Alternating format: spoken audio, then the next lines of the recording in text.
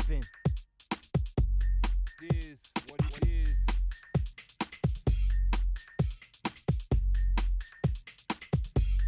This what it is.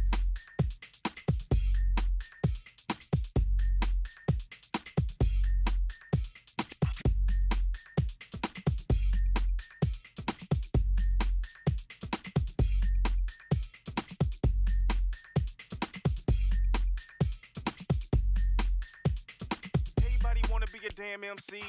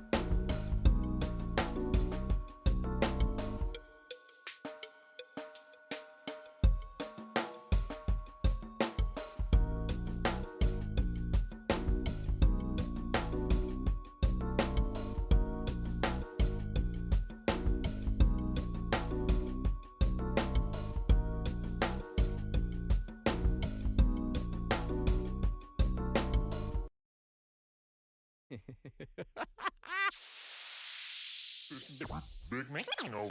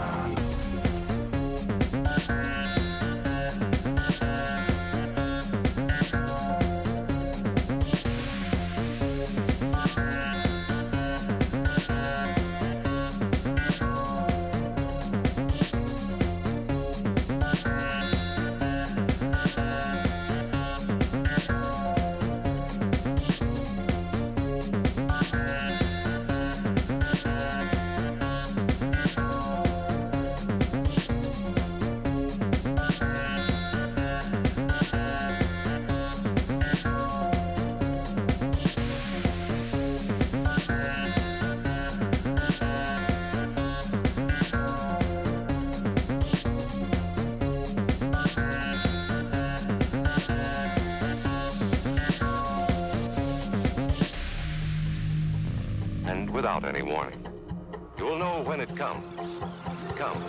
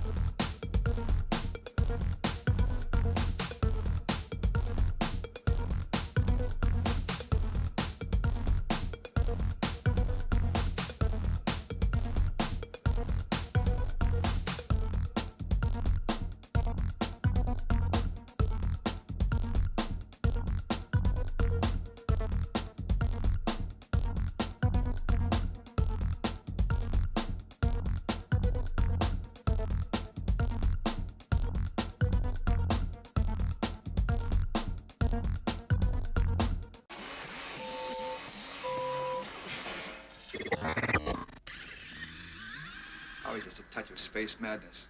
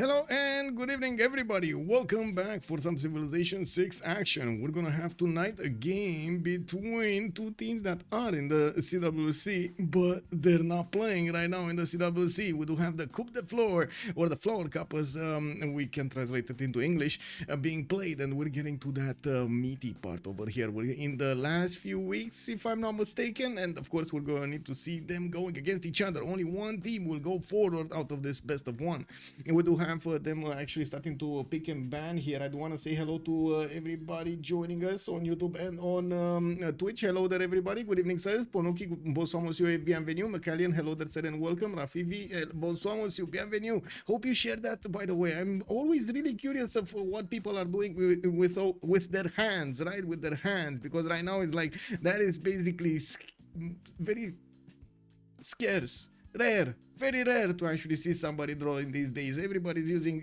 tools and everything on internet. Ooh, let me get an AI to do this and this and that. I do it myself, but you know, I really appreciate the ones that are doing it by hand. It's quite a skill and a lot of patience to learn. No Jajanon, good evening, sir, and welcome. Lancer, good evening, sir, and welcome, sir. Good and I should say, my head. Mithrok, also good evening, sir. Hope you're gonna get some sleep. What did you do? What did you do last night? Oh my god. Like, did you go party or something? How are you that tired? Also, Muthrat, good afternoon, sir, and welcome. Fortuna Belly, good morning, sir. Welcome. Hello, sir. Thank you so much for picking up the first promotion, and thank you so much, of course, for joining us tonight. Good evening, sir. I did also notice we got Hermes here on YouTube. Hello, YouTube. Good evening, sir. Welcome. We do have them starting to choose, well, first of all, they actually chose the map. It's gonna be lakes, and oh my god, we're actually gonna have quite a few highways on the map for them to actually go and use their ponies against each other. Okay, we gotta settle down. Diminish our expectations over here. We might not see that. Okay, we'll see. First of all, they do need to go through the pick and ban phase, and as you can see, we do have them banning on the left side. On Last Day Company, they did take out Genghis Khan. I mean, you know, you don't really want to have Kishiks all over the map, right? Just running around everywhere. We've seen it so many times, and it's still happening. On the right side, we do have Mapuche being picked up as a band by the Sharks, and I do want to say, Raccoon King, good evening, sir, and welcome. Cheers for a good game. Woohoo! Let's go. I'm pretty sure this is gonna be an amazing game. Looking at the map, looking at the players over here. Oh my god! Also, what is the other Highland map? Rich Highlands, you mean? This AI can do incredible things. I'm myself jealous, but when I draw, I don't think that helps me to calm down a little. Yes, exactly. It's that's happening to me also when I do music. It's kind of like exhaust, basically. You know, you pour your feelings, you pour your thoughts, you just get them out of you. You know, like especially those ones that don't actually help you during the day. Yarjin, good evening, sir, and welcome. Magi Wazaro, hello there, sir. Good evening. Let me take a quick pick over here. Put the chats in order, because I think I definitely forgot to actually pop them out over here so I can put them right next to each other so I can actually read them right next to each other.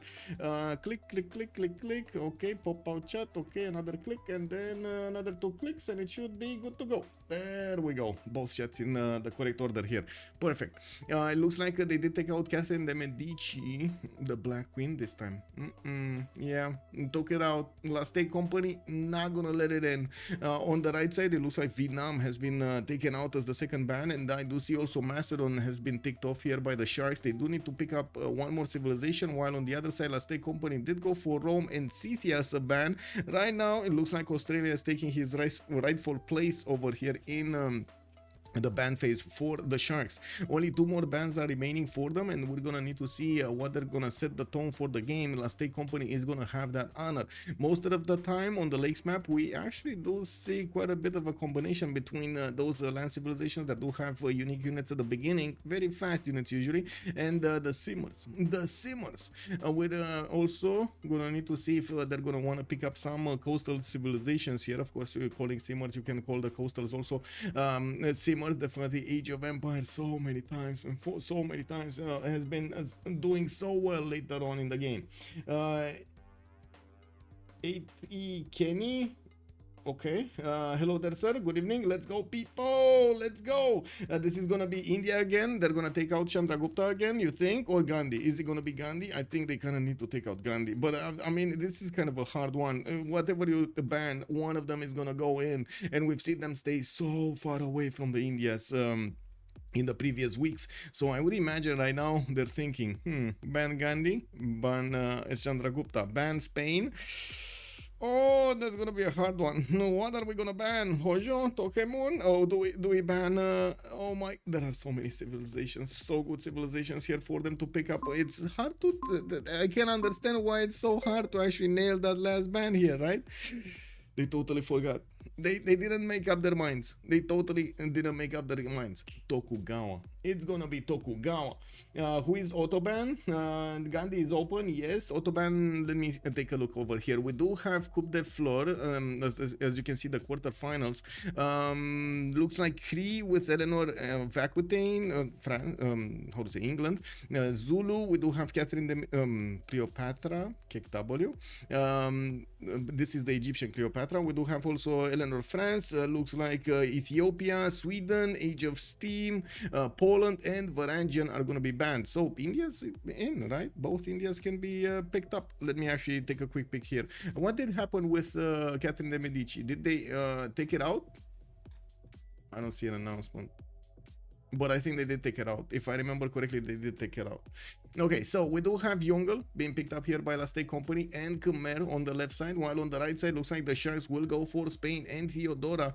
We've seen Theodora, oh my god, doing so much damage over there with the taxi straight. It will probably get the same advantage this game around, this time around. We do need to see if Spain over there is also going to manage to do the damage, get a spawn next to Khmer, get that extra +5 against his opponent, and maybe help out Theodora kill his religion. We do need to see what will follow here in the ban phase. It does seem like they didn't prefer to go for Gandhi. Gandhi? No Gandhi today. We do have Chandragupta being taken out by the Sharks. On the left side, the Last Day Company is gonna pick up goal, and yes, we're gonna need to see another pick from them soon for the ban phase. So these are bans, all of them are bans. Christina banned, seriously? Yeah, they banned Christina. Indeed they did. Okay, Chandragupta also on the right side here from the Sharks, and still needs to pick up one more ban. Come on, one more ban, one more. Let's see what it's gonna be.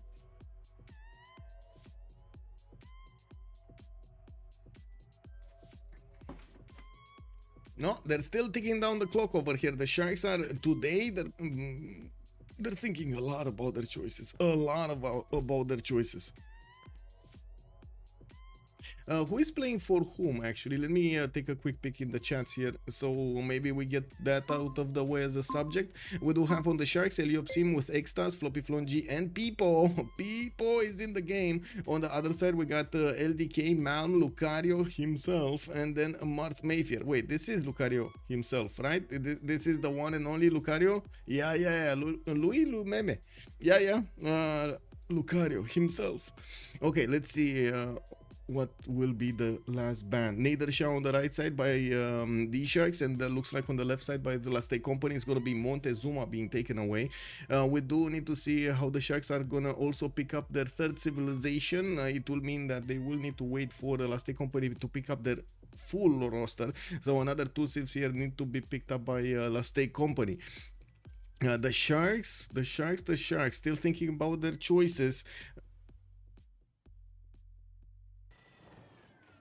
Well, they kind of have gold. With Spain is not going to be a problem with gold. With Theodora, they will have also access to some win conditions. Theodora usually can go for something like Diplo, can definitely go for something like Domination if he wants to. Extremely powerful civilization. We've seen it also on the culture, going for the culture, but I wouldn't really say it's preferred to go with Theodora for the culture. It's not bad, not bad. We got Sumeria from the Sharks, and this is a bit of a surprise over here on the Lakes map. Sumeria appearing, it's definitely going to try to benefit from the floodplain, and I'm pretty sure he's gonna get some nice farms there, but at the same time we're gonna need to see how he's gonna use his advantage against his opponents there. Now we do have Sumeria with one of the, I think, biggest advantages in the game, the fact that it gives his allies extra experience, right? Whenever there's gonna be a fight between opponents, well, between your ally and an opponent, and you have a unit just around it, you'll give a lot of experience to everybody around you. That's just insane, especially on the naval maps. Sumeria sending some boats there. Oh my god. Hammurabi is here too. Gran Colombia is free. Yeah, exactly. They're not picking it. Also, Elephant Guy, bonsoir, monsieur, bienvenue. Hello there, sir. Welcome. What is the idea behind the auto bans for this tournament or for this cup? I think it's more just for diversity rather than other something else. I think that they were trying to inject a little bit of chaos to the pick and ban phase, basically. Hammurabi is here, yes. Hungary and Georgia too. Yeah, a lot of good civilizations are going to be available, like especially on the Lakes map. We do have it. Whoa. We do have that in this map, to finish my idea, that can allow a lot of civilization to thrive. There's going to be a lot of land. Okay, maybe not an extreme amount of fresh water, but you will get quite a bit of those one-tile lakes, and of course some rivers sprinkled around. Not too many big water bodies. That's basically a peculiarity of lakes. And we do have for the full roster for Last Day Company, it's gonna be Dido and Catherine de Medici Magnificence, gonna be picked up here by Last Day Company. This is a bit of a surprise, and if I remember correctly, they did ban Catherine de Medici, or at least the project. On the right side, we do have Kublai Mongolia here being picked up by DShark. That's definitely a stable civilization to play with, and I would imagine I do need to ask here, Magnificence. Let's see. Wow, there's no okay, France, maybe.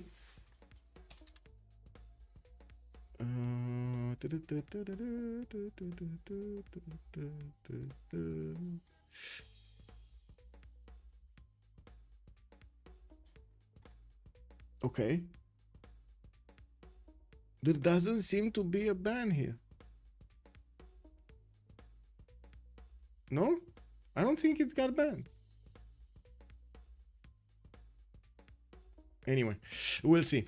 I'm pretty sure if it got banned, the players are just not gonna use the project. In the CWC, we did need to ban the project. There was a lot of talk around this, but finally it ended up banned. So Spilke, bonsoir monsieur. Thank you.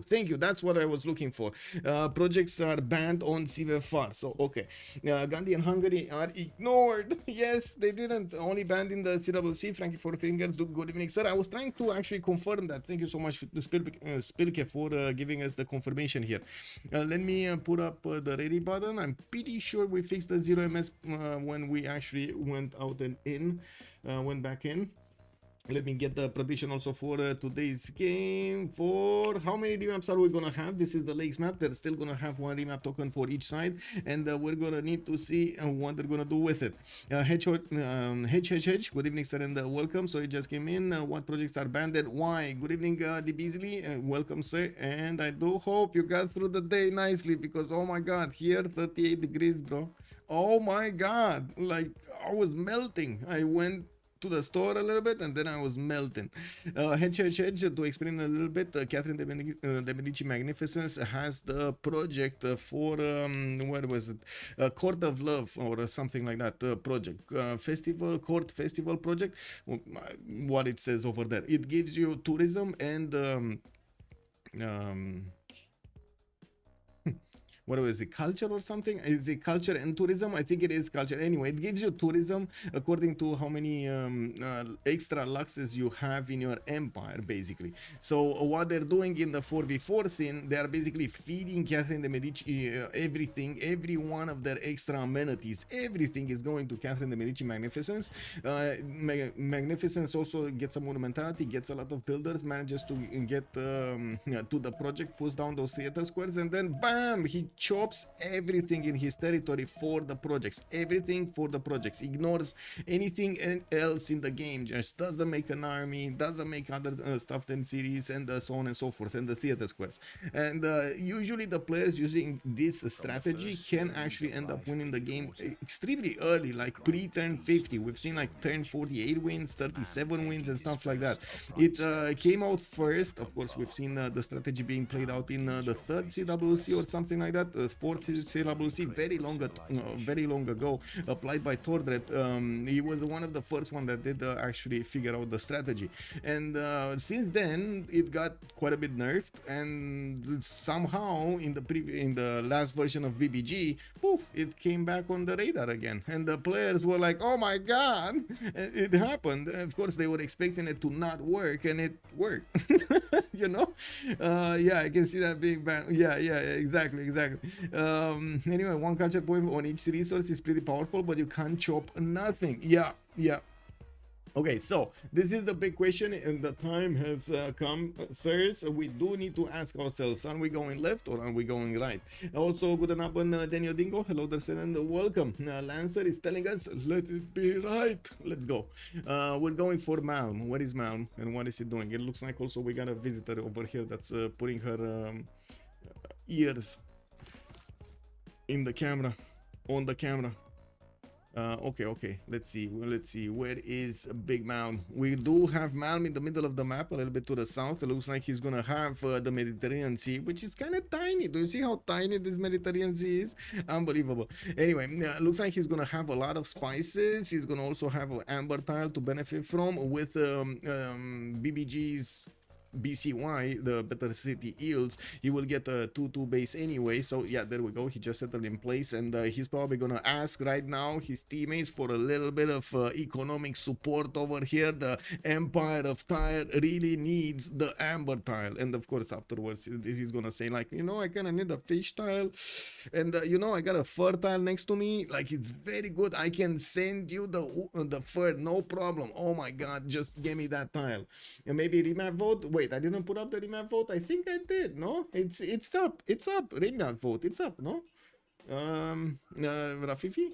It should be there. Yeah. How many remaps? There we go. Monkey Wazar also. Good evening, sir, and welcome. Yeah, it's a pretty good spawn. Also, second city here next to bananas. Second city next to third city next to spices or so on.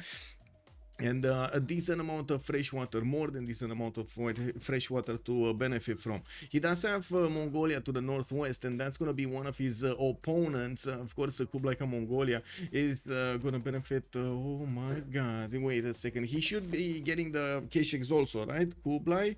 He should be getting because it's Mongolia, right? And it benefits from the Keshek. Yes, it does. Because yeah, but it's not going to have the Mongol horde, and it's not going to have the double damage from its intel. That's a bit bad, but it's fine. Mongolia, I'm definitely sure that with the Keshek he's gonna manage to do quite a bit of damage against Phoenicia. Now we do need to move forward and take a look at Catherine de Medici. Let's see, Paris, okay, continent, doesn't matter, okay. We do have him with a few more amenities from the south, and I do notice he's gonna get a cattle tile to settle on for the extra food. Does have Great Barrier Reef to the left side as a settle. I would definitely see this as a campus over there, and I do have to point out, it's not, I don't think that there are very good tiles, but you know, if you do need a little bit of Vera score, just put it down there. We do have him to the north with quite a few interesting settles, well, one interesting settle on the 2-2 base there on the Plains Hill over here, that he could get everything else worked. And we're gonna need to see also if he's gonna actually buy out that copper tile to put down a campus early on. We do have him actually quite protected from the elements. Southeast, Khmer, they're gonna trade on the seas. That's gonna be a lot of gold. Ooh, I'm sorry, I said he's protected from the elements. I think there is one element on this map that might actually want to go through Catherine de Medici magnificence towards the tundra. He's just looking towards the tundra, you know, like he wants to go skiing and Catherine is not letting him. What would he want? What would you want him to do, right? We do have Madrid here with the scout coming up in 3 turns. Big incentive to settle to the south on the other continent, and we do see him benefiting from other cities here on the coast. Not amazing ones though. No fresh water over here, but does have quite a few to southeast. Could settle next to the fish tile if he wants to, or well, that's too far away and too close to Antananarivo, right? It's either here or here, depending on where he wants. Anyway, inland cities can be set down. I'm pretty sure next to the cocoa tile it's gonna be a good one. He has this one next to the bananas, again pretty good. Now we're gonna need to see if he's gonna choose to go commercials or harbors. Usually Madrid does want to go harbors, but most we've seen the players adapt to the map accordingly, and if they do see a better way for commercials, they're gonna go commercials. We do have a Mars here to talk about, because we lingered on a bit too much on extras. I think we might actually flip him next time around when we get there. And Zin, go next. Go from LDK to floppy.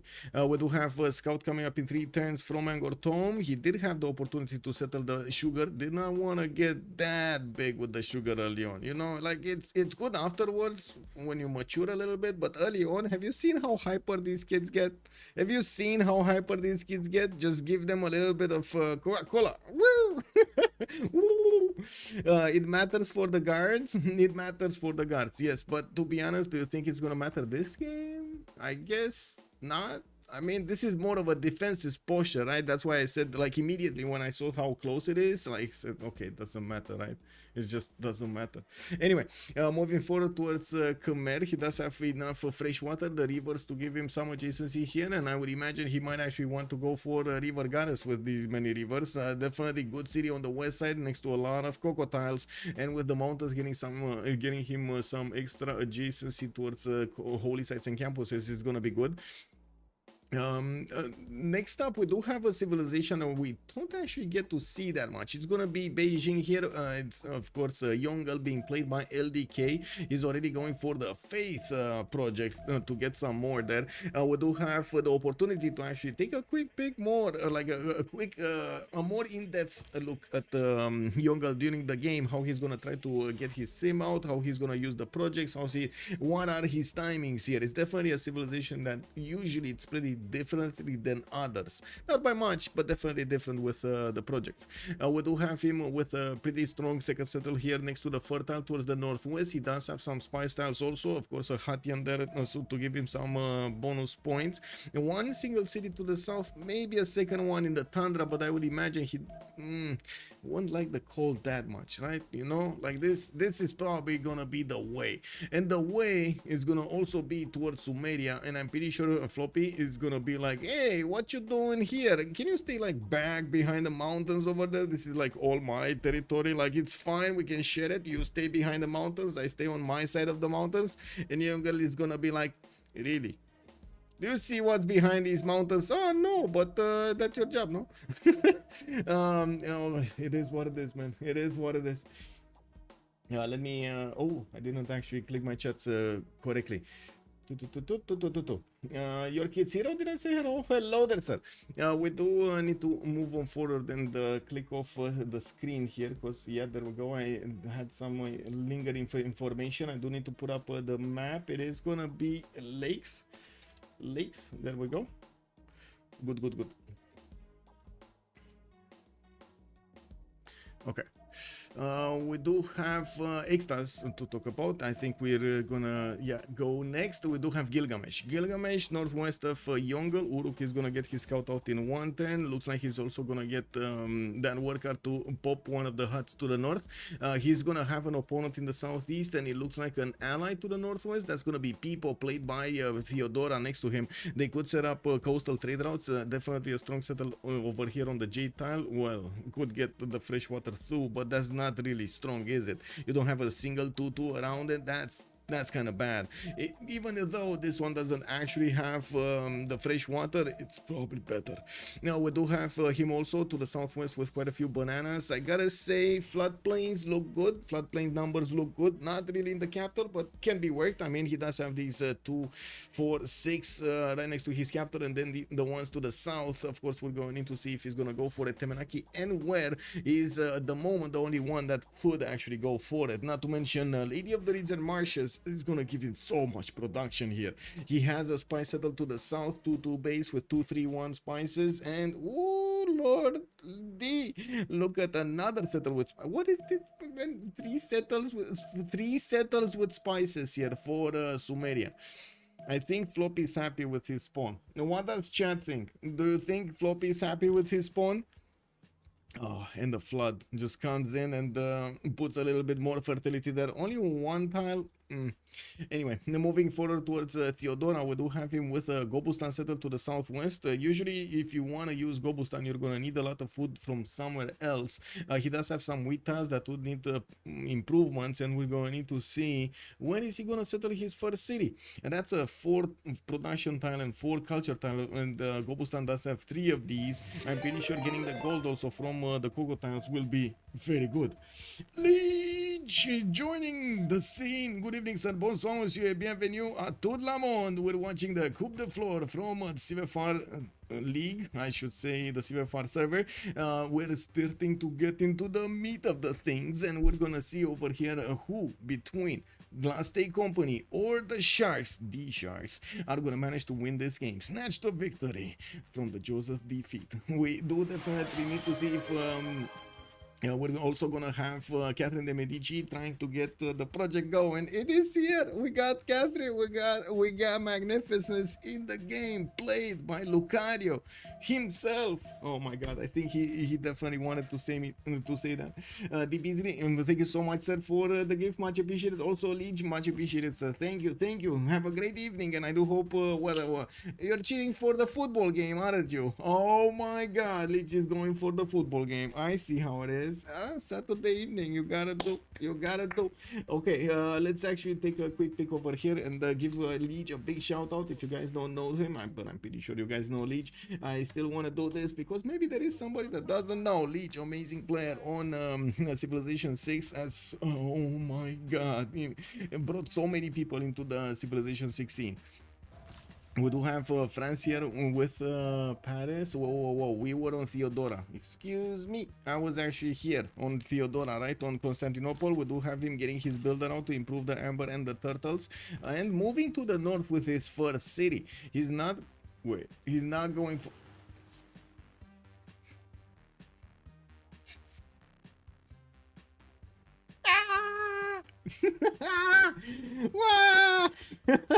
What is this? Belgium, Romania tonight? Yeah, we're probably gonna lose. It's fine. We got used to it. I mean, whenever you do have no, I don't want to talk about Romanian football. Oh, it's like normality and Romanian football. You know, Lancer, they didn't see appeal. They did not, and it looks like they just went around it. We do have to see if people's gonna see it with something else, but no, it looks like it's gonna be first met by Khmer, who's coming from the southwest with one of his scouts here, and of course he did get a promotion. That's gonna make it very dangerous. That's gonna allow him to move very quick through the hills with, of course, a 3 movement right now. The hills are not gonna stop him that much. We do need to take a look at Eliopsim, Kublai. Okay, we took a little look at him earlier. Now we do have him with Urumqi and Xanadu being placed here to the northwest of Daido, which I do have to say it's kind of late on getting his second settle. I don't know what happened here, but it looks like Phoenicia has been slowed down by something. I mean, this is, oh my, unbelievable. Did he lose a settler? Did he actually lose a settler here? How is this possible? This is 1030 and his settler is not out. He lost a settler. I don't know to what, but I'm pretty sure he lost a settler. Yeah, no remap, no remap. It looks like this is gonna be the map. Almost 500 people watch it, so I figured it's best to give a... Thank you so much, sir. Much appreciated. No remap. There was no remap. It looks like...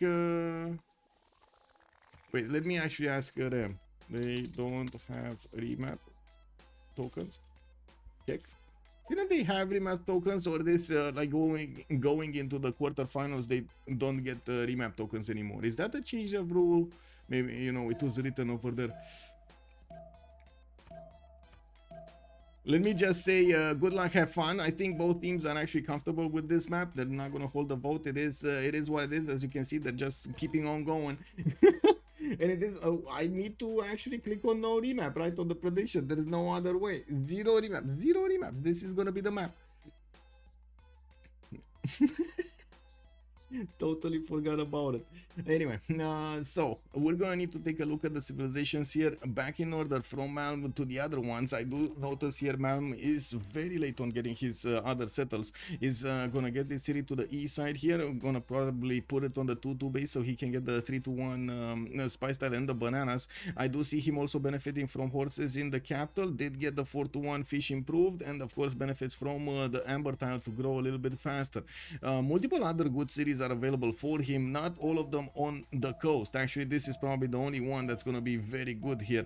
The other ones on the coast, we're going to have this one to the southwest with a few hills, a 2-2 next to it, but again not extremely good. Maybe this one also for a plus for Cawthon, but more expensive.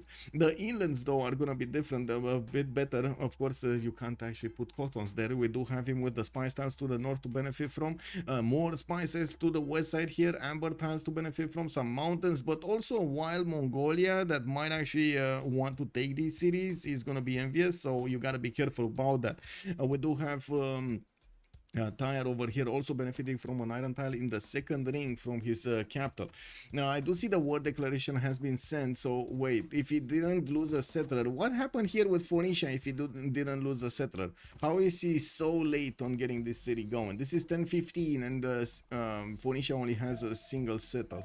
Anyway, looking at Lucario himself, we do have Paris and Nantes. Nantes to the southwest, another settler coming up in 3 turns, and I do notice he improved his horse style and getting that I want to say getting the culture going from those improved resources is going to be helping quite a bit reach the better Civ6, of course, opening the cards. I do notice from the south he's getting scouted by Spain, and yes, we do have an iron tile here to the southeast of Paris in the first ring.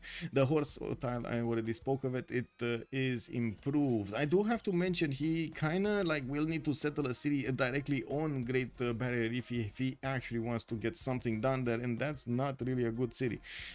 Anyway, it is what it is. I guess he's not gonna want that campus. He didn't need that campus anyway. We do have Mars, 5 science and 2 culture, very low on the culture tree. We do have Yasuda Rapora settled directly on the Coco tile, so he can benefit from the amenity and the gold immediately. Don't need to do anything. 6 gold, just putting down a city. We do have him with Holy Site in 6, and yes, I do see Angkor Thom did finish the first one, getting the tiles to the east side there to culture bomb. That settler is coming up in 2 turns from his capital. He does have another strong city to the southwest if he wants to, towards the mountains, either on the stone tile or the uranium over there. Now we do need to see what kind of pantheon is he gonna pick. Right now I do notice his holy sites are being placed next to rivers, so it kind of makes sense that he's gonna think about river goddess. Now if he's gonna pick river goddess, that's something else. We do have Mars also benefiting from iron tile second ring, horse tile. I think the holy site actually got placed on the horse tile, and he's gonna get it immediately after he discovers animal husbandry. Also, Nantes, it's almost like Tante, Nante. Okay, Nante, now I need to say Nante. Elephant guy scouting to builder, maybe it was his builder that would slow down his settlers, but by so much, Elephant guy? I mean, by so much, it was like 5 turns difference. I would have imagined even that builder would have been built a little bit faster, no? Yeah, but you might be right, He did have an extra builder, and he did manage to improve his amber tile with the fish tile, and his builder is scouting, you know, slowly to the south here. Yeah, we do need to take a look at LDK. LDK did get his second settle towards the north. Also declared war on Bologna, so he can snatch a builder. That's a 3-charge builder for free that he's gonna get to use in his cities. Did manage to get religious settlements as a pantheon. Gonna get his 4th city out very quickly. And I do notice he's going for that first settle to the northwest on the 2-2 base stone tile. He does have the spy settle also in Shenyang, and definitely could place another city to the west of Bologna. That's still gonna put him closer to Sumeria, and I gotta say, I'm pretty sure Sumeria will have a ball of a time here with what kind of spawn he has. There is also no option for China, no other option. We do have him to the south, yes, maybe with a settle, but you're not gonna build an empire or 2 cities, right? Or 3 cities maximum. You're not gonna want to get 7, 8, 9, 10 maybe on this map. That is gonna take a while to get there, and I'm pretty sure he needs to go through the north if he wants to expand here. And we do have him benefiting from iron in the northeast of Beijing. He does have horses in the southwest, also first ring, both resources. These are going to be easy to improve because they are already acquired. Extras, 5 science and 2 culture. He is on, where is Spain, and why don't we see him? Oh, there we go.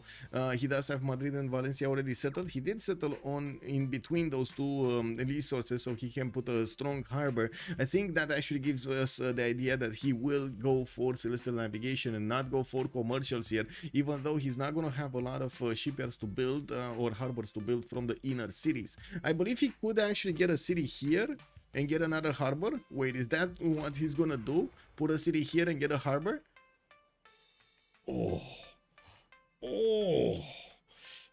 Yes. Board IN, good evening, sir, and thank you so much for reminding me about the remap.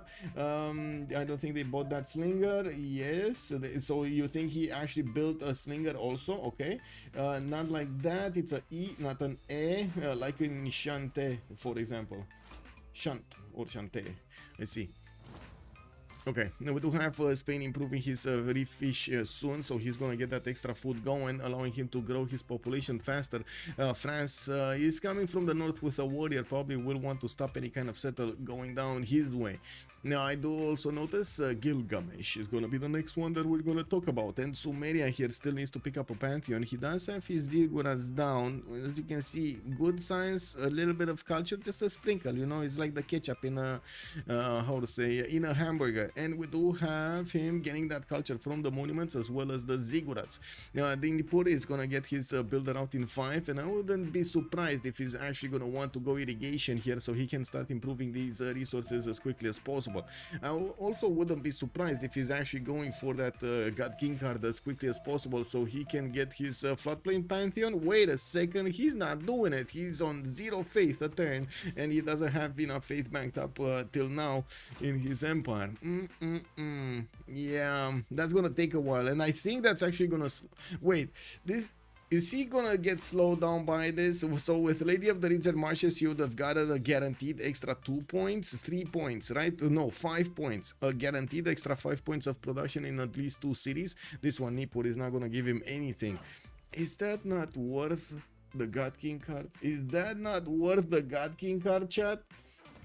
French is hard, yes. I mean, yeah, you should see Romanian also. Yeah. We do have to talk about here a floppy, right? So looking at his horse tile, it's in the second ring. I do notice his iron tile is also going to be second ring, but why am I expecting him to put a Gavron Plaza there? We do need to see how he's also going to place his other cities, and of course how aggressive will he be against his opponents.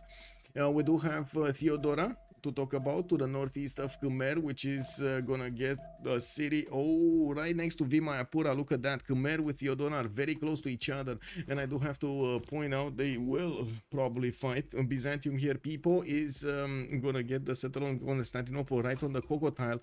He's gonna definitely need some food, but he has the wheat tiles. I do see him putting down his holy site there, of course, getting the +2 and the culture from the Byzantium bonus. I do see he's also gonna get his shrines up in the north with only 3 faith at the moment per 10. He still didn't get a pantheon.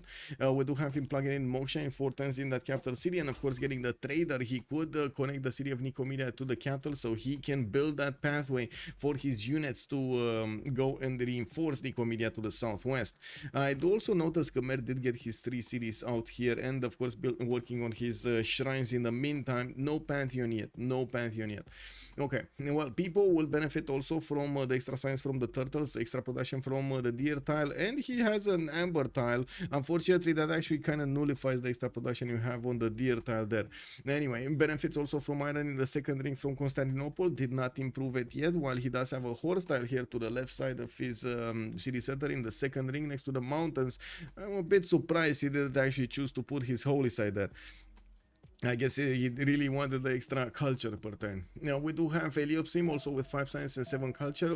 Kublai Khan Mongolia is gonna be here. He already is putting down his encampments, 2 encampments opening from Xanadu and Kokekota, God of Open Sky, and he's gonna have, how many passions is this guy gonna have? 1 and a 2 and a 3 and a 4 and a 5 and a 6 and a 7 and an 8 and a 9 and a 10 and an 11. We do have a 12. We have a 13. We got a 13 here. We got a 13 here. We got a 15. Anybody 15? We going 16. No, we got to go back to 15. Oh, another. Oh, look at that. 15 and 16.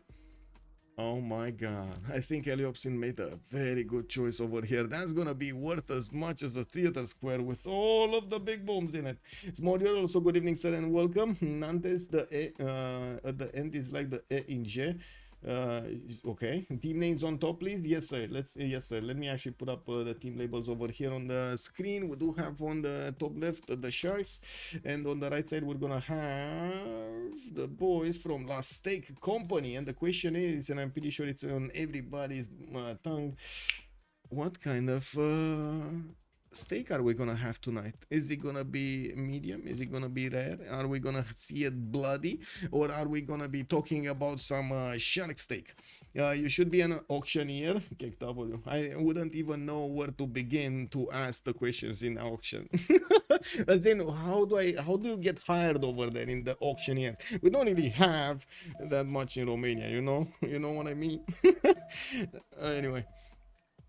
Now we do have an encampment coming up in 2 turns here from Xanadu. He does benefit from a lot of horse tiles, and I do notice his iron is going to be in the second ring from Xanadu.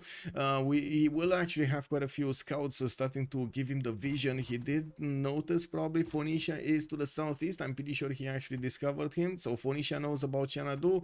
Heliopsim knows about Biruta. Okay, he knows. They both know about this. I don't really see the war declaration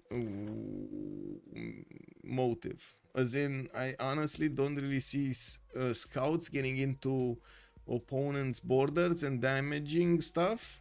Or maybe this is why we did have this Mongolian warrior needing to retreat. I think it killed the scout somewhere over here to the west of Kokekota. We do have Sumeria actually managing to get into the borders of China, and it looks like LDK is gonna need to fend off attacks with his slingers. We do have him we do have 3 commercials coming out from the cities of China, but he definitely needs to take care of the war cart. And I gotta point out, this war cart is not something you wanna take lightly, especially if he starts to get promotions there. And we do have him only with 26 production. What are you doing? I'm sorry, my cat is yours. Yeah. Nant. Okay, so I just say Nant and that's it. Okay, it might be. Okay.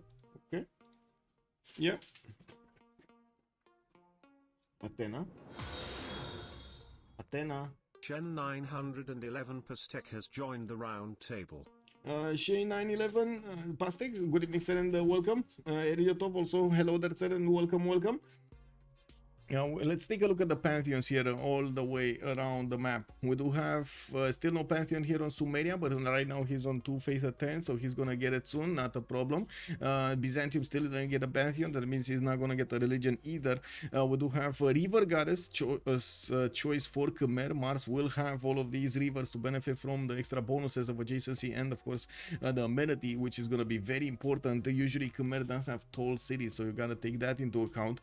Now, we do have Moksha in Angkor Thom going in. Byzantium is gonna send a scout from the north to try to get into these cities and try to pillage some. He has another one here in Vimayapura, and I do see Khmer just bought a slinger, so he actually pushes back that scout from his city center. Athena!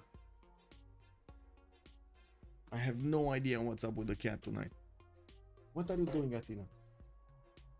Hey, ce faci? Stai și tu cu minte.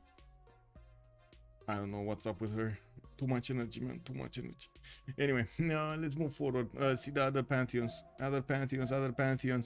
God of Open Sky here. Dido did go for Goddess of Festivals. And I do notice he's gonna have, of course, the array of spy styles. Quite a few of them. I do notice 1, 2, 3, 4, 5, 6, 7, 8, 9. Okay. Actually 8. Not 9. 8. Okay, that's not bad. 8 culture. Well, we do have him getting another builder, and he's probably gonna need to get the horses improved. They do need to get the strategic resources going in their empires. It does seem like Lucario and Mars are way ahead in that aspect of the game. Getting the Cothons also in the water for the extra trade routes and the extra gold he's gonna get from the adjacency. Not amazing adjacency, but I'm pretty sure he can work with Government Plaza so he can get a little bit more. Looking at, let's see, Spain. We got City Patrian Goddess. I do notice Spain did not put a settler towards the north. He did not want to actually get closer to France there. He did put his other cities on different continents, Seville and Valencia, towards the south, as you can see. And he did go with the harbor in the third ring. We do have 1, 2, 3 harbors over here from the cities of Extas.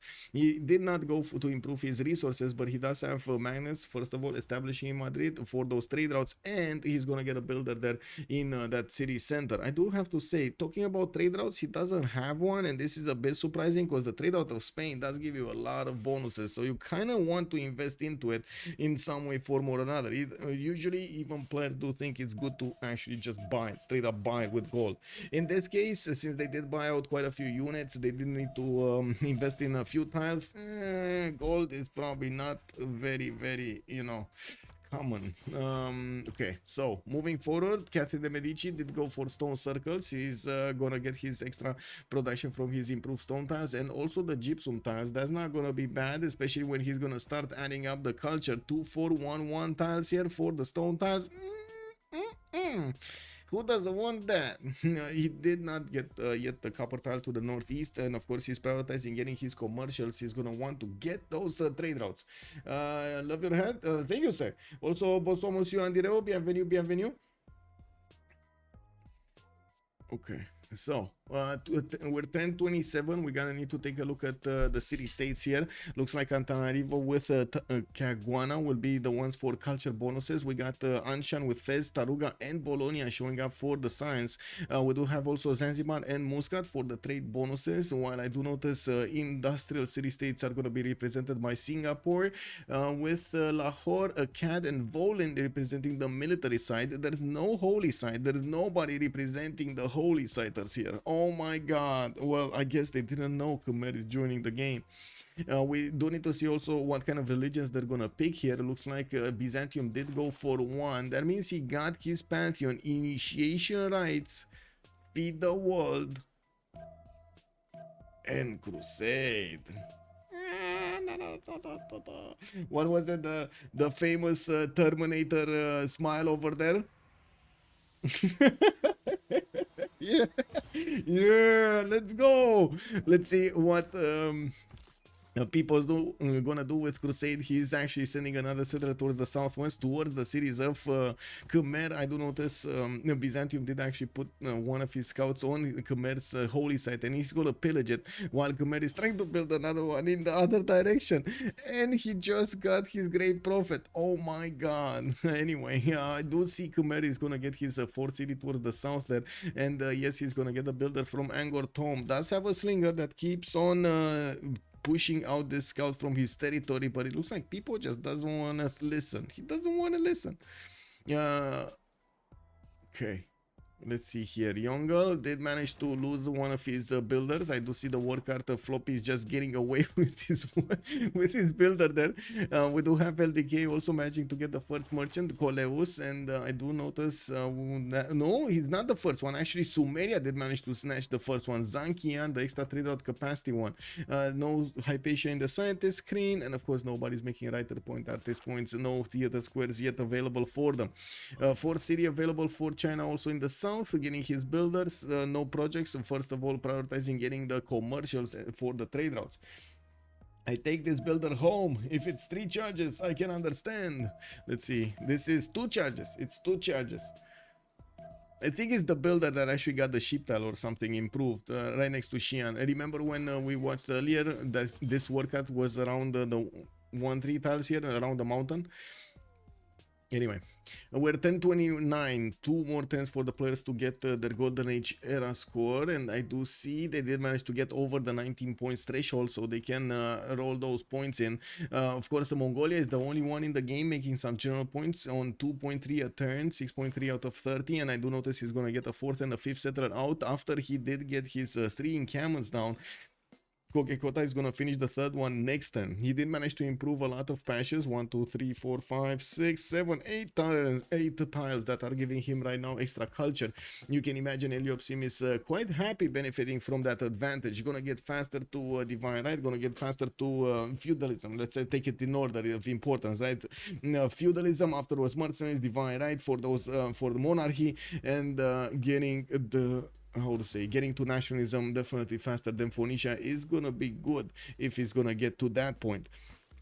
We do have to take a look next. Let's see, Theodora. Do we have a religion here? Finally, Khmer did actually get a religion, and I do see he's still being stopped from getting that holy site down. Khmer is in trouble. Only 6 faith at 10 for Mars. That's not going to be a strong monumentality. And since he did get a religion, let's see. He went for choral music with tithe. I definitely understand tithe. I'm not that understanding choral music instead of work ethic here, but I guess it works. You know, if it works, it works. Oh, look at that. That is so cool. Khmer actually built a holy site for Byzantium to go and feast on those buildings. Oh, imagine that. Imagine that. What does the unique building of Mongolia? The unique improvement, you mean? Or which unique building? The Ordu? Are you referring to the Ordu? That's the replacement stable, and it gives you 1 extra movement speed on your cav units trained in that city center. Alongside the extra bonuses of the stable with the extra experience points that you're gonna get. /TL, good evening, sir, and welcome. Thank you for the follow. Okay, let's see how fast this is gonna go. I'm pretty sure Byzantium is gonna want to go at the Tagma timing. Not really right now. He's gonna also get his Governor Plaza to beef up his faith generation. At the moment, he's on 25 faith a turn. Magnus establishing in Sinop, where he does have a good array of chops, and of course his encampment is getting out there. So we might actually see him roll a few projects so he can get that going. What is the Civ6 0? Well, at the moment, nobody actually made a very bad mistake, right? We don't have a Civ6 activated. /TL, thank you so much, sir, for the prime. Much appreciated. Thank you. Also, Ure, good evening, sir, on YouTube. Hello there, sir. Good evening, good evening. We are going into turn 31, and the players will start to choose their golden age options. We do need to see when they're also gonna start to get their armies going. It looks like right now we only have a few pillages being done from left to right, and they're trying to gauge their opponent's movements here, and of course what are their plans. We will probably gonna see a good array of pen, brush, and voices, with of course 2 monumentalities from Khmer and Theodora, while on the other side I wouldn't imagine in the first one we're gonna see a drums of war. Are we gonna see a drums of war? I mean, maybe it would make sense on Mongolia, but I still think pen, brush, and voice would be better.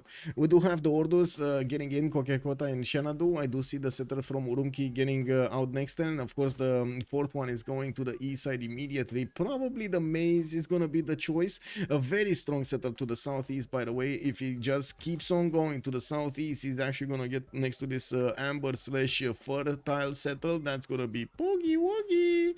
We do need to see also how Sumeria is gonna start to pick up his pantheon. Lady of the Reeds and Marsha is gonna get that ziggurat going, and of course the extra production from underneath his settle. Where is Temenanki? Why no Temenanki here? Oh my god, he's not actually gonna get a Temenanki? No Temenanki, no monkey. What is going on here, man? Like, I don't know. It looks like he's totally ignoring the extra bonuses of a Temenanki. Anyway, we do have Moshe establishing Bata Beta. My nose is itchy, and it is I'm sorry for it, because I'm gonna probably have a red nose by the end of this stream. Let's see what's going on here. We got Magnus establishing Uruk, and now it's the time that I can actually hover over and see every one of their bonuses. Pembrash and Voice Golden Age on Kublai Khan Mongolia. Okay, this definitely makes sense. He doesn't want to get drums of war right now. He doesn't really want to irrel himself, right? We do have people also in the monumentality gold range with 15 science and 28 culture on Theodora. Of course, making 29 faith a turn and getting some more from the holy sites is gonna be good. We do have him also with the first horses that I can see in the game going against 10 pop. Oh my god, that's 6 turns to get a horse. 6 turns to get a horse. Wait, does he at least have enough? Well, he does have this builder, right? So he could chop a horse. Oh my god, wait, he can't chop a horse. 6 turns to get a horse. Can he get a pasture upgrade somewhere? Oh wait, he's gonna get a boost, right? He's gonna get a boost from Lucario. I think he's gonna get a boost. Okay, so maybe it's like 4 turns. It's not really like 6 turns. 6 turns is dramatic. Like, this horse is gonna start hitting Vimayapura next turn, and it's 10 garrison defense strength. 10, just 10. Yeah, well, if you need to build farms to get the bonus, I can understand it's not a must do. It's, yeah. Vimayapura will be soon Byzantium. I can only imagine when these horses are gonna start killing off units, and he's gonna activate Crusade plus the taxi trade plus 7. Oh yeah, baby. Which means Crusade. Yeah, there is a archer there deployed in Vimayapura, just popped out of the city center. It's gonna be a 15, but still the horse will have the ability to do quite a bit of damage against the city center. Let's put up the prediction also for who's gonna win this game. Let's start it up. Who will win? We got on one side DShark, and on the other side La Steak Company. Submission period for, let's put it 15 minutes, because this word right here, it's actually giving me the heebie-jeebies, which means yeah. Let me actually take a look here. Did I actually? I think I did use well, right? The heebie-jeebies. I always found it so fun to actually say that. Heebie-jeebies.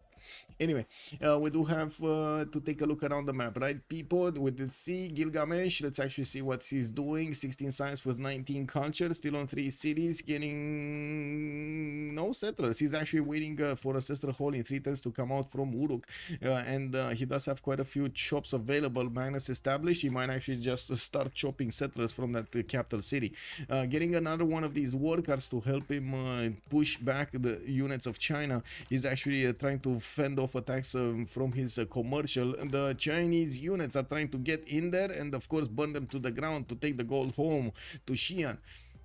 And we do have also Extras with a Penbasha voice Goldrich, 10 science, 19 culture. Still on 3 cities, getting his ancestor hall. He's preparing to actually be big, very big here. And I do notice he did pick city patron goddess as a pantheon that gives him the 40% towards the first district of the city. That also will allow him to get his harbors much faster. We do have LDK with 10 science and 21 culture on 3 cities China. Let's see what's going on here. Looks like the Byzantium units did not actually go and attack Vimayapura last turn. We do have 2 units, soon to be 3 units available to start attacking this turn. I think it's this turn, right? He got, yeah. So he can get this one on the banana and then boom against, and then this one over here and then boom against. So yeah, that city might fall. It's gonna be the double, triple slammy. I think he's gonna do the double slammy and then the triple slammy, isn't he? Yeah, I think so. Eliopsin did manage to pop a hut and got a relic. That's definitely gonna be Byzantium. That's definitely gonna be Byzantium relic here. We do have a builder by Vimayapura and he's trying to repair his holy site. I would imagine he might want to chop a unit. I also see that Mars is going to get horseback riding next turn, and I'm pretty sure he already has maneuver, so he can put the card in and of course get his units out. No, he has a Gogi. Not a Gogi. He's gonna need 2 more turns to switch the cards. That's a problem. That is a problem. The builder is here, ready to go. Why can't I train horses? I want to train horses. No, it is not time, my son. We will have it. Just wait 50 more years to train horses. Can you imagine the times back then? Wow. Anyway, we got to take a look at the next ones. What was this? So we took a look at LDK, Mars, Lucario, right? Let's see, 5 cities of finishing his commercials. Oh my god, I want to see this. I want to see this. It's coming in. It's coming in. Byzantium, go in. Okay, there we go. He actually went in. Okay, so he couldn't attack that turn, but I'm pretty sure he's gonna start attacking the next turn. There we go. So that city is kind of dead. He did manage to actually chop a horse. Mars did manage to chop a horse, but it was way too late. The 2 horses did attack into that city center with the help of a general on one of them, and did manage to do the damage on the defense of a warrior and not the defense of a horse. That was catastrophic for the city of Vimayapura. We do have another horse getting out, and unfortunately that chop is gonna go poof. It's just gonna go poof. There is a way, maybe. There is a way. No, there is not. No, there's not. Maybe. Yeah, no, there's not. So right now, the only thing that people needs to do is click on this horse, click it back, click it on the marsh, then click on this horse and click it here, and then during the rollover, spam shift enter. Just spam shift enter.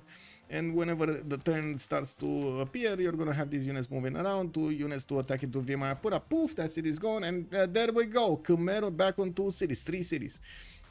We do have to come back here on Lucario. What do we have? We got the audience chamber in 510s, 13 science with 26 culture at the moment.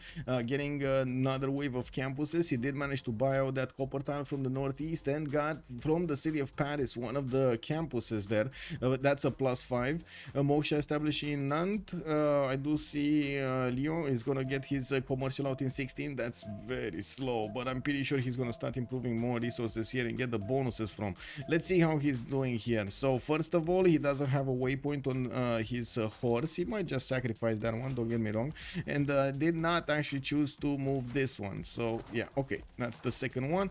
Now I was actually expecting Byzantium to move his horse on the 2-1 so he can kill the other horse, but it looks like he did not, and he lost Vimayapura. That is the first city takeover from this game. No more horse available for Khmer. Those were his 2 horses that first the one got trained and finished training in Vimayapura. The next one was just a pony and he was in training. I mean, the guy was not even legal age of +18, and look at that, he did not get to save Vimayapura from the hands, the iron hands of Byzantium. We do have Nicomedia still managing to get a few more horses, and of course Anchor Tom gonna try to get the wall of strong going I do see Byzantium is gonna get a scout to cross the river and try to get into the line of holy sites here to get to lit them on fire. He needs a little bit of fire. The cities will be kept or erased. That's a very good question, and I do see he's actually keeping the cities. And to be honest, I would do the same. He's gonna start spreading that crusade all over Khmer's territory, all over it. Like, oh my God, it's gonna be quite a mess over here. How many discussions are gonna happen in the city of Angkor Thom between the pops? We do have to take a look also on Malm. He did have a slow beginning, and now I do notice he's getting a wave of settlers going to, turning them from the city of Tyre. He did manage to get his Gavron Plaza to beef up at least one of his cotons, and he's gonna have a strong campus in between the cotons, the city center, and the Gavron Plaza. We'll also have Karasa festivals there to benefit from: 13 science, 31 culture, 37 gold a 10 with 65 points of production, the most productive in the game actually. Okay, let's see. So Vimayapura did get actually converted to Tupeism. Tupeism.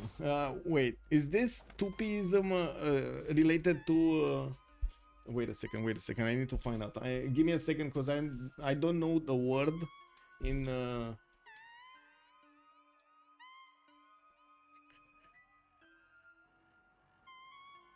Tupism.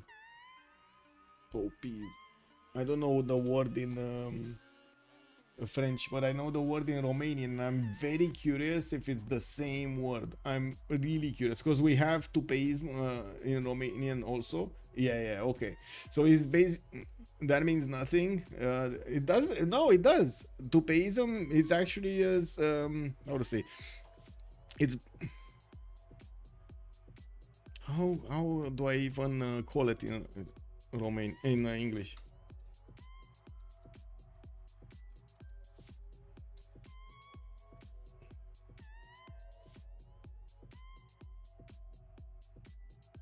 Okay, yeah, pushy, cocky. Yeah, pushy, cocky.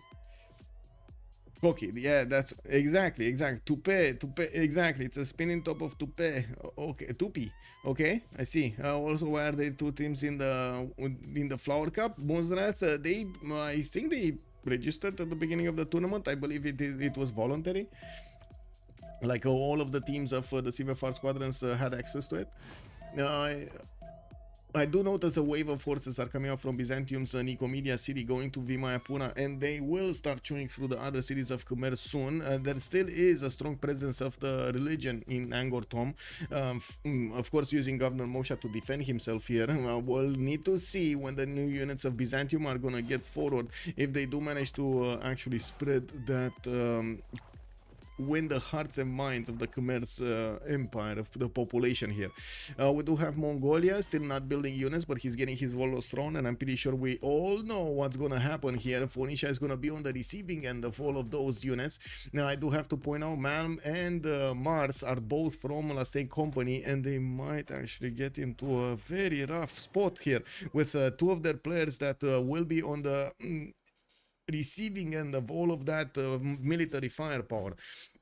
Now we do have also Spain extras with the ability to go against Lucario towards the north, and of course Lucario himself gonna get that extra science going with the culture. He's gonna have very good stats, but at the moment I only see him on 14 and 37, but the same I can see on extras. He's only on 12 and 20 and still on 3 cities. I'm very surprised we do have extras here only on 3 cities.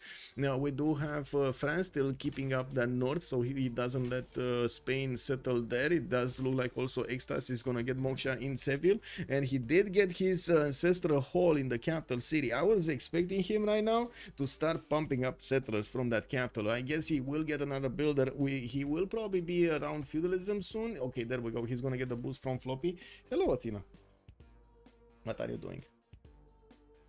Veni și tu aici cu noi? Da? Ești tu aici? Bravo. French is if it's the man is French, this religion is a reference to a show. Oh, I see. There's a there's actually a show called Toupeism in France. Wow. Okay, I guess we don't have that kind of a show here. Where is my hanky? Hey. good news, by the way. Soon I'm gonna get to how to say, we're gonna get the leg back for Athena, as in you know, she has that bar in the leg, so she regrows the bone. Well, it's about that time that we're gonna get it out of the leg. I'm actually curious what's gonna happen then, and how happy she's gonna be when she's not actually gonna have something of metal sticking out of her leg. Anyway, what is Lucario doing? He's just simming right now, getting his moksha. I do see he's getting Pingala there in Toulouse. We do have him getting his campuses, and pretty good ones. Like he's gonna get his Government Plaza to increase his gold per turn. Already has 28 with 67 production. Then it looks like Mars over here did go down quite a bit in the production. This is gonna be terrible. Byzantium is getting more units, and I would imagine he's also gonna start to triple tap the Chimerian horses. This is gonna cause quite a problem here in Vimayapura. Give me a second, because I really need to get the hairs out of my face here.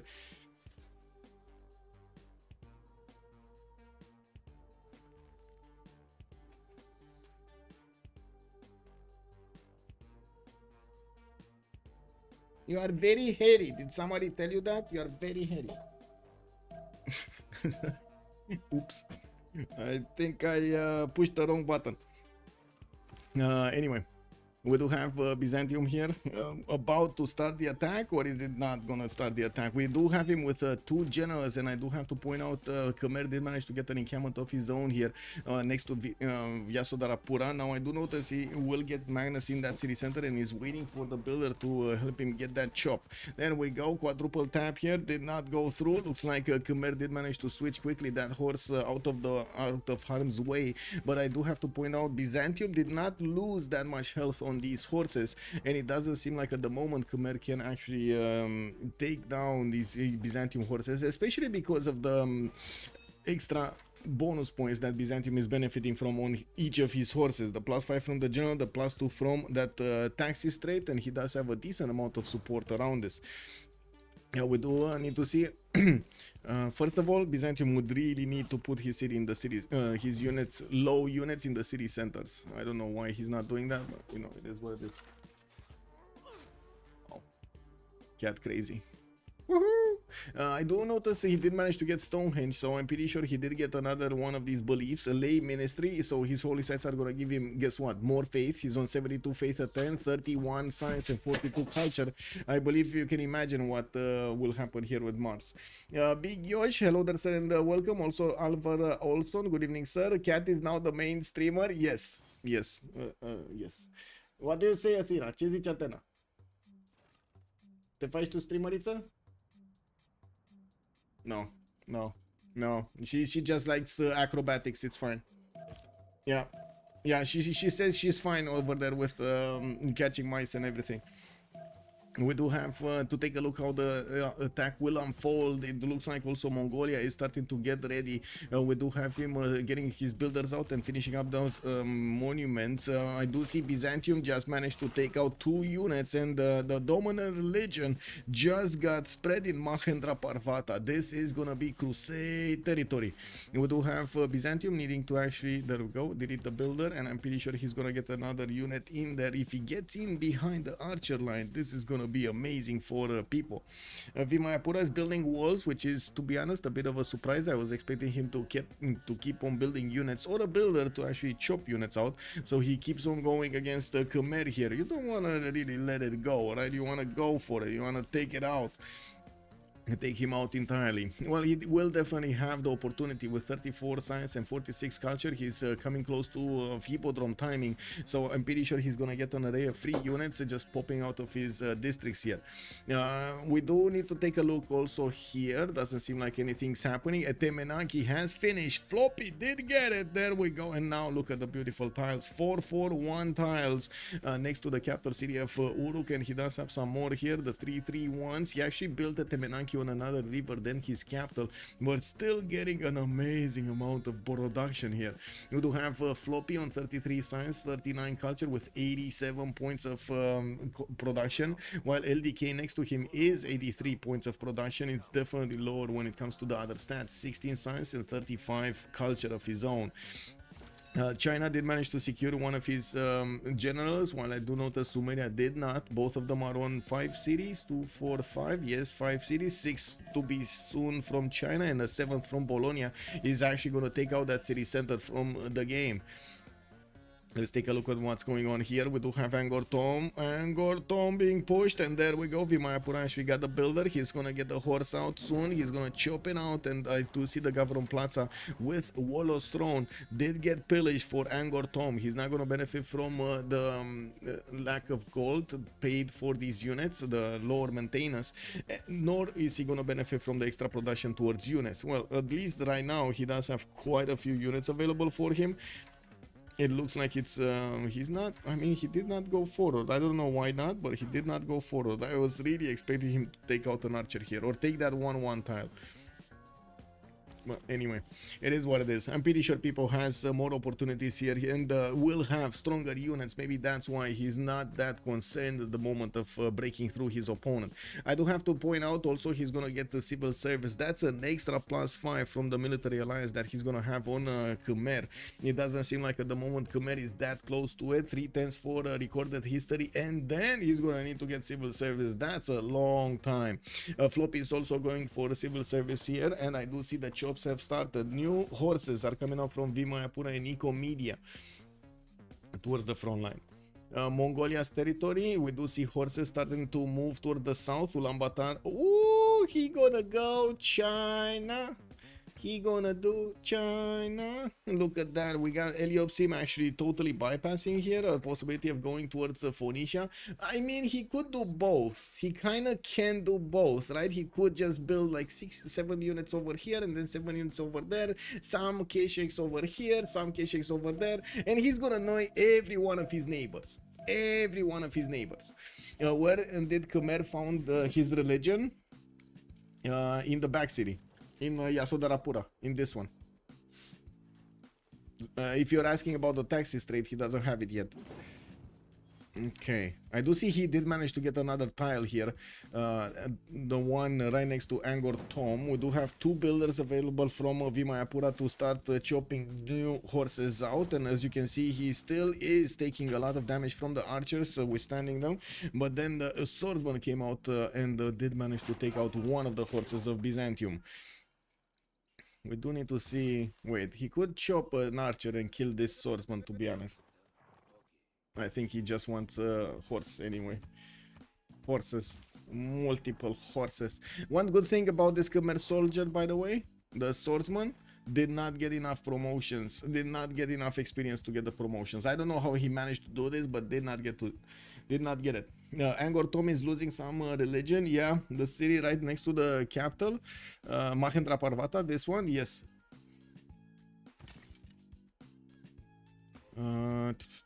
It's still gonna be a while. I mean, it might be that the second one, another unit dies here from Khmer, he's gonna push that religion in his cities. And with so many units on the way, I'm pretty sure he's gonna do it. We got people engineering in 210s, and he did get his civil service. There we go. Alliance is not activated yet. We probably need to wait for a Floppy to get his own civil service so he can get that going. On the other side, I still see Mars benefiting from getting recorded history next turn and not civil service. We got quite a few Phoenician settlers moving towards the northeast to expand his territory. He's on 5 cities, getting his horses out, and I do notice Malm is on 25 science and 39 culture. We do have him. We do have him to the east of China, and I do notice Mongolia is starting to move his horses very close up and personal to the Chinese ones. Both of them are having the bonuses of a general. Eliopsim here, I don't think he actually has civil. He's gonna get it next turn, and of course we're gonna need to see when Ecstasy is gonna get it. We do need to also know how they're gonna get the connections in between them. Wait a second. So okay, Floppy with Mongolia will want to trade, so Floppy with Mongolia will not want a military alliance, so people will need to wait for Eliopsim to get a military alliance. So neither this attack from Mongolia is gonna have a +5 this turn, nor this attack from Byzantium. Yeah, it's gonna be next turn when Eliopsim is gonna get his. We do also need to see probably a catapult coming out from Byzantium. We do see he has the science, and I do notice he's going for engineering here. Divine Right is gonna come out in 2. Not bad, not bad. We're starting to tick down the clock for the next era, and we do need to see what's gonna happen there. If they're gonna manage to get the era score for Golden Ages or not. I do see a bit of a problem, especially on La Steak Company. It looks like the steak is turning bloody. This city right next to the capital. Yes, yes, yes. Did I? Oh my god, I switched something up over here. I'm so sorry. Give me a second. First of all, I do need to put up YouTube chat. Hello there, Amir. Good evening, sir. Khmer has masonry. He just chopped a stone. Why didn't he make walls instead? Good question. He did not. I don't know. I guess we need to ask him after all, after the game. Wildfire also, good evening, sir, and welcome. MVP post strikes again. He did, and probably related to his Tupeism religion over here. Also, Baxter, hello there, sir, and good evening, good evening. Let me ask the chat if can we get 40 likes? Let's see, can we get 40 likes? Yay or nay? The 2 options. Let's see, yay or nay. There we go. Okay, so Byzantium still did not manage to push his dominant religion into his opponent's capital city. I do notice he did manage to get more tiles around it, and he will have the opportunity to smash through a swordsman here. We do see that Byzantium is starting to move his units around his opponent for movement. It did. Oh, there we go. Crusade activated, and not only Crusade but his military alliance also. Yep, there we go. 56 strength horses against Khmer's 52 in a rainforest on a hill. We do have Byzantium with a significant amount of power here against his opponent. We also have Byzantium needing to get those catapults chopped in Vimayapura. A good thing is Khmer did not get the chops in his own territory, so you know all of these chops are actually helping out Byzantium right here. You know, oh, no problem. You see these trees that you actually helped grow like 100 years ago? Don't worry, they're gonna become catapults, and we're gonna use them to get to your city. Yeah, Genghis-san, good evening, sir, and welcome. Let's see what's happening here with Mongolia going against China. Looks like Bologna is managing to get his health back, but Chinese units are getting scattered. We do have the general that is also left out all alone, and I do notice there's quite a line of units coming off from Mongolia's north, but still no K-Shakes. We don't have K-Shakes coming out from Kublai Khan's China, Mongolia. Apprenticeship in 3 turns, Divine Right in 5, and I do see he's getting a wave of builders, more horses, more science from the campus. He has good stats like 29-47, but he's not gonna have good enough stats to keep up with Malm in a Frinkuri Golden Age. I do notice he's also gonna attack directly Bologna, not actually gonna muddy himself with the Chinese horses. Will want to take that city away from LDK and maybe even get the 100 points for a liberation. I cannot believe these horses actually remained alive. I cannot believe they actually remained alive. Wow. Wow. Okay. Well, Eliop Sim is out to get the cities. Drop the like. Thank you so much, Moonthrath. Much appreciated for the like on YouTube. Woohoo! Let's go. Let's see, where are we? Where are we at the likes? We're at 21 likes right now. We're going forward. We're going forward. Then I gotta say the action is unfolding over here faster and faster. Looks like they are slowly breaking the willpower of La Steak Company. And I do notice Phoenicia is starting to realize that he is not actually gonna get to be concerned about Mongolia anytime soon. And he's sending his sources towards the northwest. Maybe he's gonna get to find Mongolia with his pants down. Oh, I see the catapult starting to walk in the borders of Angkor Thom, and of course will take down the walls very quickly. That's gonna be the capital city of Khmer being taken down. We do have the Khmerian swordsmen also starting to get a line of defense from Yasodharapura, Mahendra Parvata. They are going towards the north using the river as a border. Now, while in the south, of course, the Byzantine horses that did get that extra bonus of damage, they can go through the archer lines, and that is gonna be a big issue. More of this religion is going to be spread, and he's probably going to take out the dominant religion of Mars entirely here. I think we should start a different category like Civ6, but opposite in nature, call it Civ wins maybe. I did get a comment on YouTube about that, and I kept on thinking about it, don't get me wrong, but I didn't really come up with like a big ring for the name. That's what I was so like one of it would be like big brain. It's a Civ6 or a big brain, right? He has a big brain or not.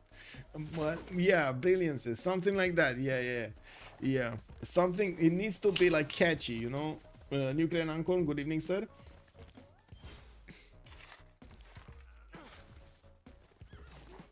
Okay, so I think we're very close to getting to the golden age, right? 5 turns to get to the golden age. I do see people is gonna guarantee it. We got Floppy here 7 points out, Eliopsim 7 points out, Extras 4, while every one of the members of Last Day Company are actually going towards the dark age. It looks like also Taiwan did manage to get the walls. Bologna is safe, and it seems like Mongolia over here could not manage to do the damage he needed against China. But to be honest, he did the damage in the sense that he forced China to slow down his development, gave time to Gilgamesh to get bigger and catch up on his neighbor here.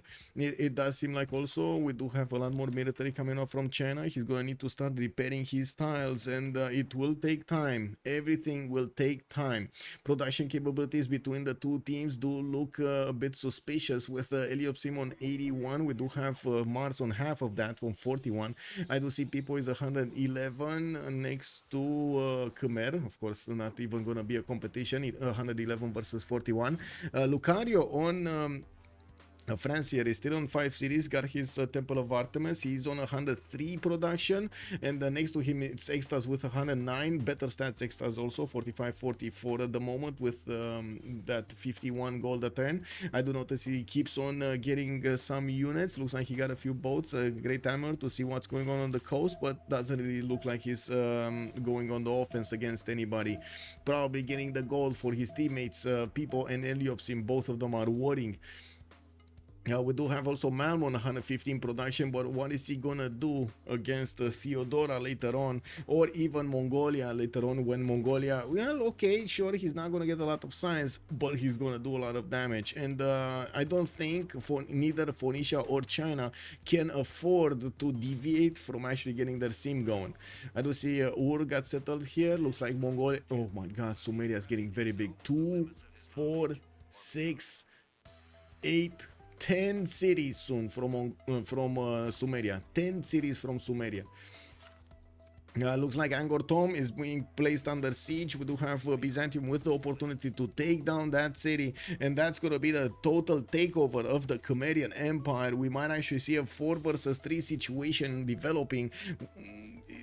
Wow, that is very quick, and I gotta say, this is one of the side effects of being on this map. Lakes is a map that gives you not only the adjacency to your opponent, but the fact that you have highways. I refer to highways as in flat land all around, giving your full speed for the horses to go through and attack your opponent as quickly as possible. That usually is not possible on Pangea, is not possible that much on Highlands, because you got a lot of hills over there, mountains to block and everything. Here, different story. You got so many connected flat tiles that you get those highways. I think the biggest problem is that most of these will be retroactive. You'll have to designate it like 10 turns later. Yeah, I mean, exam session, don't really have time to watch all of this. It's just popping in from time to time. Oh my god, man, good luck in your exam. Wait a second, how are you in an exam session in Saturday? Wow, Saturday night. Maybe like decisions that everyone doubted but ended up being genius. Yeah, that could work, Nuclear. Yeah, that could work.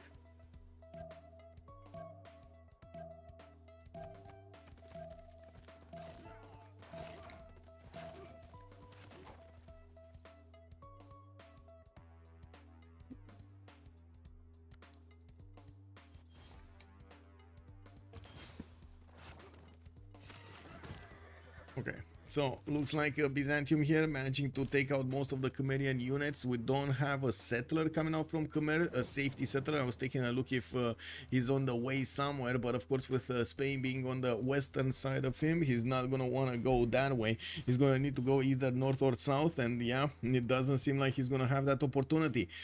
He did send a few horses to try to scout out the land to go towards France, but he's just not gonna get there. We do have the catapults from Byzantium starting to move towards Mahendra Parvata, and of course we're going to need to see if Byzantium here is going to start getting new units out. No, he's going to start simming, getting those settlers out. Grandmaster Chapel in 5 turns from Constantinople, while he did get his ally here, Sumeria, to put a city on his coast so they can connect their economies. We do have also an entertainment complex in Batibira, which is going to build an arena in 2 turns, and he's going to get that possibility to get the Colosseum going. I do notice LDK on this southeast is still getting bonked by the Mongolian horses. Still no Kishaks coming up from Mongolia. Can you imagine all of this ruckus being done in the lands of China by Mongolia's horses? Just horses. Can you imagine if these had the support of some Kishaks? Like 3 or 4 Kishaks. This would have been catastrophic. We do have Heliopsim 3 turns out from stirrups, 3 turns out from medieval fairs, will also 1 turn out, 3 turns out from getting into the next era. And I do notice we still need a lot of points for the right side for Lastay Company. We got 8 points remaining for LDK to get to the golden. Mars is gonna need a lot of them, like 16 of them. Lucario is gonna be needing 10, and Malm is gonna be needing 6. What does Lastay Company have for them at the moment? It doesn't really. No, I don't think they have anything right now, honestly.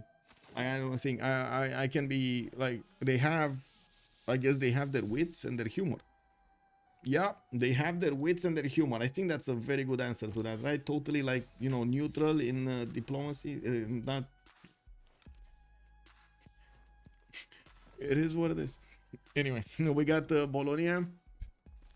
Oh man, I'm so sorry. My nose is itching so hard tonight. I feel always the need to scratch it. I'm so sorry about this. I told you by the end of this we're gonna have a big red nose over here. It is what it is. Catherine de Medici culture? No, he's not gonna go for culture. He's 40 and 73, and he did not go for a monumentality. We do not have him with the project available for him, and he's probably gonna die at some point to Spain or something else like Byzantium. I'm pretty sure he's gonna die to Byzantium. Like, if the game goes on, there's no ignoring Byzantium.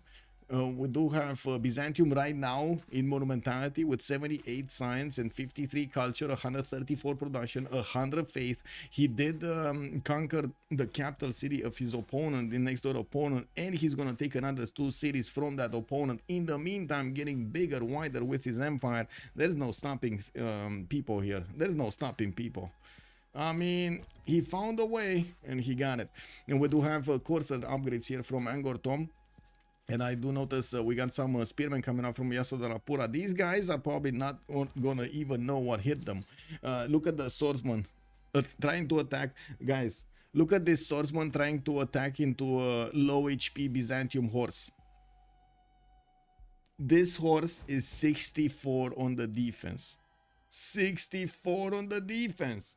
Seriously, if Khmer doesn't escape, the game is done. I mean, how can he escape? As in, don't get me wrong, I think you're right. If he doesn't escape, it's kind of done, but I think it's kind of done anyway because he doesn't have anywhere to escape. It just probably takes a little time to realize, because most of the time the players don't really have a lot of communication in between them, and they're very, very concentrated on their own moves. And sometimes the ones that usually are deciding, like the team captains, do not always see what's going on their allies' land. There just isn't that much time, right? 1 minute and a half, 2 minutes for every turn over here. It's just not that much time to get everything done, especially when you have like 2 front lines to take care of, multiple seams, like seam movement that you need to do, and so on. I do notice Bologna has been saved. It looks like Mongolia is not going to manage to take that city state back. And yes, I do notice Mongolia forced China here to get so many units out. In the meantime, he's getting his intelligence agency and will probably follow up with a stronger unit. I do have to point out, I was watching actually LDK going for stirrups, not Mongolia. Mongolia, I don't know where he's going, and I don't know what he's doing. He's going shipbuilding here. He's going to the top side, KW. Okay, sure, go shipbuilding, bro. Okay, upgraded Byzantium corsairs are going through these spearmen like butters, and they are definitely stronger. And we do see them right here, 6154. There we go. They can take these out, and of course, even the catapults will do significant damage against the spearmen. But first, they will want to take out the defenses of the city centers. And we do have new temples coming around here from the cities of Byzantium, and of course we're going to need to see what kind of golden age she's going to pick up next. There's only one more turn remaining, and they're going to go for the golden ages. Usually during the Congress, there is a bit of a moment when players are actually taking a step back from the game and they're looking around to see what's going on in their neighbors, in their allies, in their opponents, and so on, and make a decision. That's usually when the information starts to come to light that it's going to be a very hard comeback. And I gotta say here, we do have enough production on LDK, Lucario, and Mount to keep them going. The stats don't look bad. It's just that they're gonna lose Mars, and it's gonna be a 4 versus 3 situation. Of course, if they do keep on going, this is quite a respectable move. You know, we're gonna need to see if they do manage to actually get this victory in a 4 versus 3 situation, even though they are kind of feeding right now Theodora to space. Oh my god, Theodora will probably clean the map later on in the game, especially because he managed to take out Khmer. Taking out Khmer, getting another +2 taxi trade, and then having the ability to go into Spanish territory and convert Spain to his religion, including the religion of soon-to-be Spain, the soon-to-be religion of Spain, which I'm certain he's gonna get one. It's 100% that he's gonna get one. That's gonna be +6 taxes from his side. He has access to Sumeria, which, guess what, could build a holy site and get another religion. That's a +8 taxes, and they cannot stop this. That's the problem, not anything else. I'm pretty sure it's gonna be China getting very big. It looks like he's keeping up with his next door opponents here quite nicely, actually keeping up quite higher than Floppy, even though he got attacked quite a few times. Speaking volumes of LDK's flexibility of strategy here. Now we do also have Phoenicia with pretty good stats, but kind of free sim. Of course, he did have the opportunity to get a lot of science going from a free inquiry golden age, this time 85 and 46, and still has 140 points of production. Lucario 119, 42 and 51 golden age. Okay, Dark Age on Javerman the 7th, and we got Yongle golden. So okay, everybody except Khmer did get a golden. I do see Kublai is gonna go for Drums of War golden age. Drums of War golden age, and he will get those units out soon. He did prepare his infrastructure from most of his territory here, getting those encampments built with the orders in them, so he can get the units faster and send them towards his opponent. He got the intelligence agency. We would need to see Terracotta also, and we're going to need to see where is he actually going to send that spy. Is it going to be in the lands of China, which is going to get defended by Crouching Tigers? This is not a unit you want to F with. You really don't want to get close up and personal with the Crouching Tigers. And we're going to have a pause of 2 minutes, and the players are going to go for the World Congress. Khmer side, they are doing okay, but no way they win a 3 versus 4. Yeah, 3 versus 4, very hard.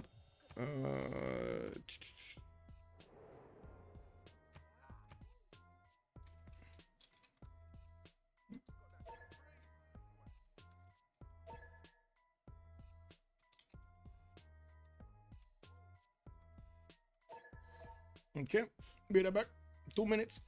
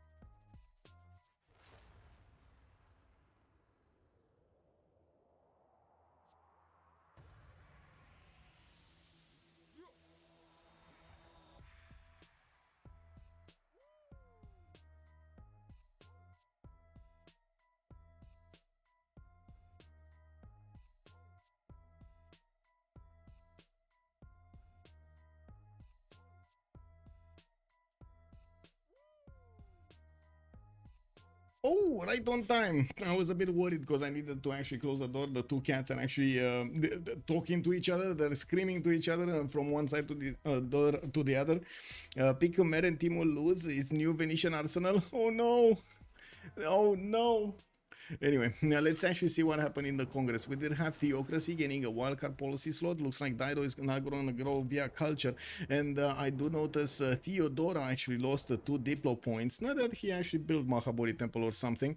He didn't really lose anything. And we do have the last remaining city of Khmer soon going to go down. I'm actually very curious who's going to get the loss of a military. I guess it will be over here Catherine de Medici. Or Dido. 1234 has joined the round table.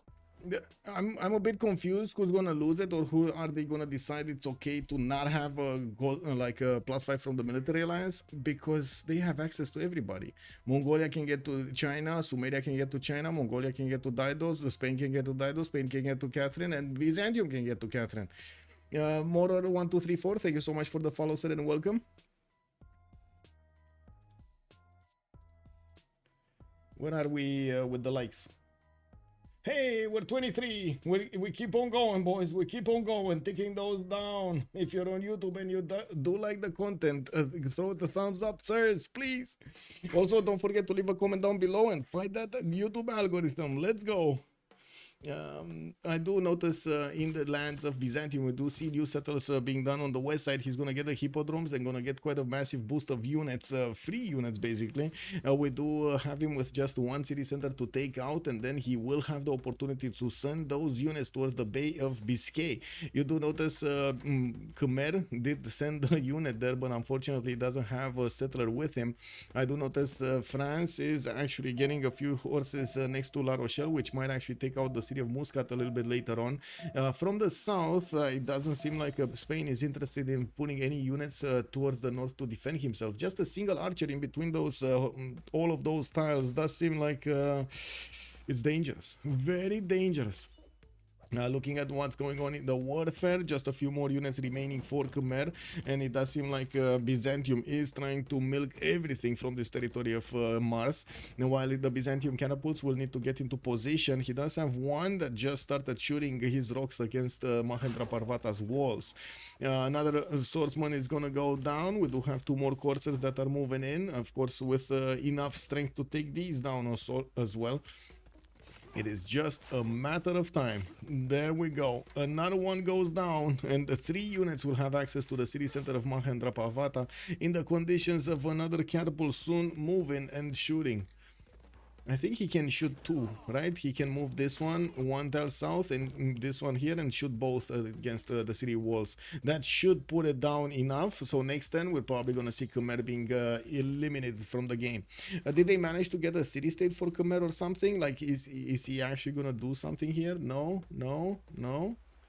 I don't really see anything. Oh no, this is Mongolia. Mongolia actually putting pressure on Phoenicia from the north. Looks like Eliopsim did choose to put a spy in Phoenicia's territory, and I do see his general is still deployed to the west side here. Finally, a few knights are coming around. Kesheks are in the build queues. He's 2 turning knights from Kokekota and Urumqi. That's pretty good. I do see he's going to also plug in Victor in that city center. I still don't see Terracotta Army. Well, it's going to take some time, but he's going to get there. Okay. Sumeria, what is he doing? Colosseum in 4 turns from Batibira. He's the only one in the game trying to get this in his territory. And of course, going to get a massive boost of culture with it alongside amenities, which is going to beef up his science and every other stat in the game. We do have him 113 science with a free inquiry golden age, 42 culture with 118 gold, while Ecstasy is on 74. 175 points of production, 76 points of production puts him 1 point ahead of LDK, which at the moment it's well, he's keeping strong actually with the science, about the same science as Gilgamesh, and in a pen brush and voice giving him quite a massive advantage when it comes to the culture. I do see spies are also getting out of LDK cities. We do have him with 65 science, 66 science, pen brush and voice, 180 production, getting a massive wave of units that could actually attack into Sumeria. This is a gasp of I would say this may be the last gasp of La State Company to take this game back. We're gonna need to see if Sumeria's units are gonna come out from his cities in good enough time. He's getting foreign ministry in 2 turns, so I would imagine he has strong production capabilities, but it's still a numbers game, and of course with China having very fast units to benefit from, he might get into the borders of Sumeria a bit too fast for him to react here. We do have Mahendra Parvata also down to almost 0 HP. The garrison health is down to 8 out of 200. And I do notice next turn, probably Byzantium is going to take that one down. I'm a bit surprised he didn't have enough damage to take it, but it was very close. Can you imagine less than 10 points of health there? University is also coming out from Byzantium with second monumentality golden age. She's on 103 science and 69 culture, also 176 production plus the 121 faith he's benefiting from. So as you can imagine, he will start getting so many cities out, and with the ability to buy the builders, he's also going to get to improve them very quickly. Now we will need to see how he's going to manage to beef up all of those stats. Looking at the cities of Mongolia, after he's managing to get his units, looks like he's sending them towards the southeast, not directly eastward. Mongolia is still also trying to punch through the defenses of Phoenicia to figure out if he can actually do some damage, maybe get some pillages going, and what kind of defense Phoenicia has against his upcoming attack. Still didn't get a spy in the lands of China. He will need to get one if he actually wants to keep on fighting China in the south. Can we see Muscat? Where is Muscat? Yes, Muscat going down.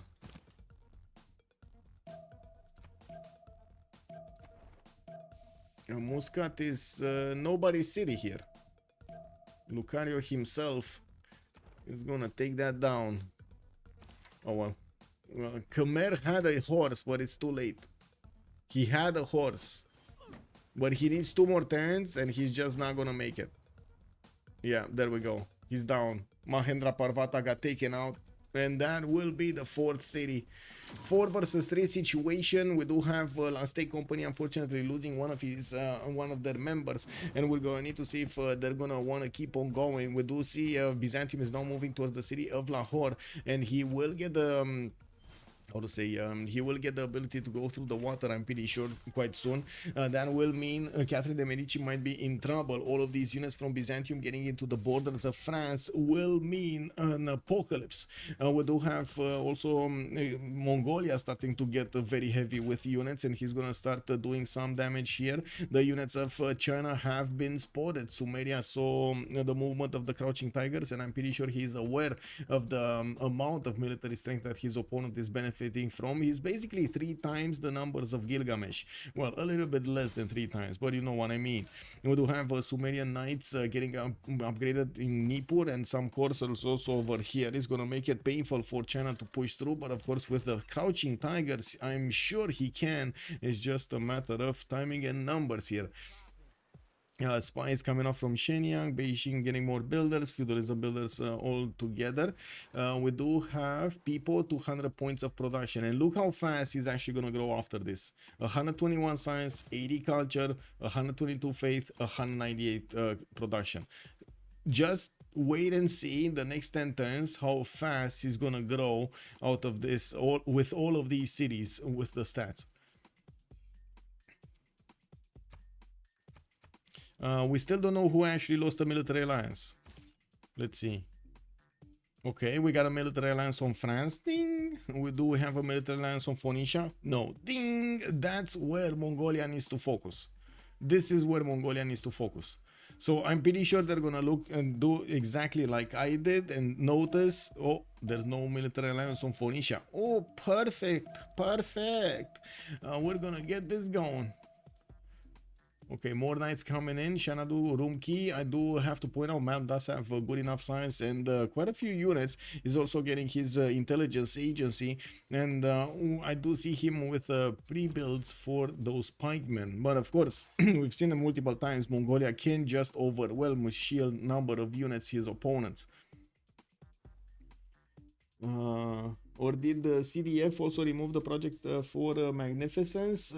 Yes, they removed the project for Magnificence.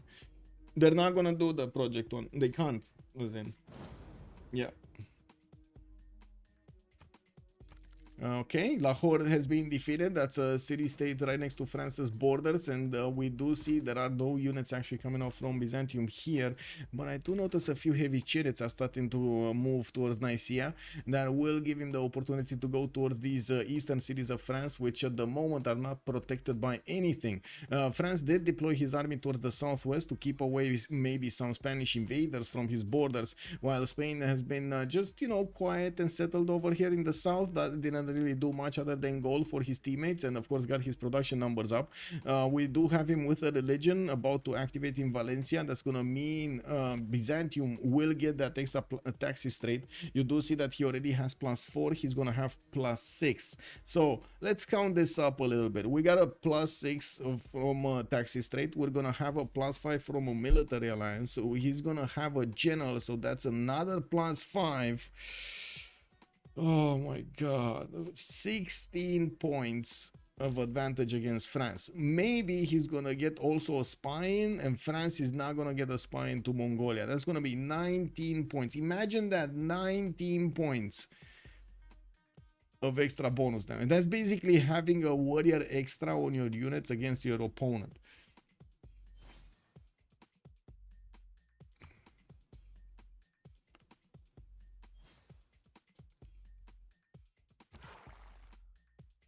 Okay, Mongolian units are about to cross the river towards China and or Phoenicia. I'm very curious, where is he actually going here?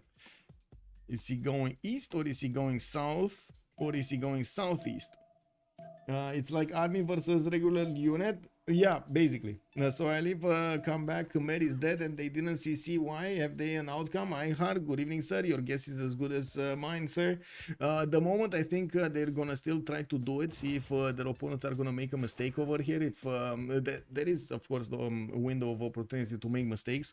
There is also the attack going on from China into Sumeria. If they do manage to actually get to break Sumeria here, this is gonna be a catastrophe for Floppy, and I can only imagine how quickly he's gonna try to get these units out. He really needs to stop building campuses and stuff like that, because this is dangerous. He needs to get these heavy chariots out, needs to upgrade them as quickly as possible. He's actually chopping and upgrading them as quickly as he can, getting the iron from his teammates. And of course the gold. We do have cartography also coming out next turn from Pipo. That means he will get the opportunity to go through the Biscay directly, but to be honest, he only needs shipbuilding. So I would imagine actually this is not for the cartography's advantage of going through deep water. I think he more like wants to go towards his industrialization rather than anything else, and start to put those industrial zones to work. I don't see a single industrial zone, so you know, I'm kind of on the fence with that. Taruga, what's happening with Taruga? Taruga is LDK city, and I do notice Byzantium is gonna get the opportunity to smash through the defenses with a few catapults. He's just buying out units in Sinop and trying to get more campus research projects. What's next? Okay, Abu is next. We did have Hypatia being picked up by Dido. I do see Sumeria did get another trader from the merchants. That's the second one he has, while China did manage to get the third one. No Newton yet, though. No Newton yet. And I do have to point out, China's army here is kind of dangerous, but it's kind of not, because he doesn't have any more resupplies. Like, if this is his whole army, this is just gonna die.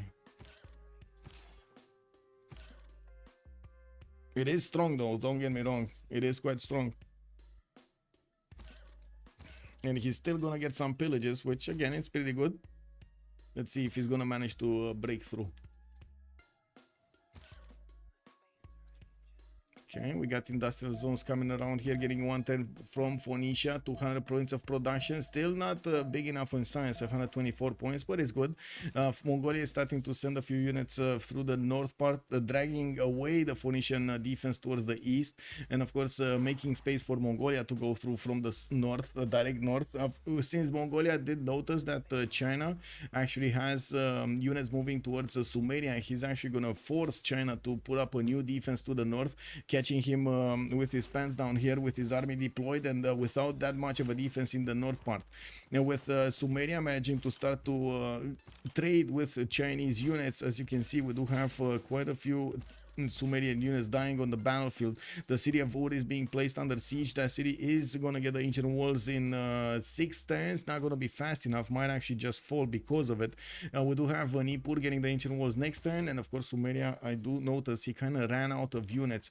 Only a single heavy chariot would be available here to upgrade into a new knight. It doesn't have crossbows or something to deal the damage from afar, and still is building things like campuses in foreign ministry. He thinks this is fine, so I guess we're gonna need to trust him. He thinks this is fine. We're gonna need to see if this is fine.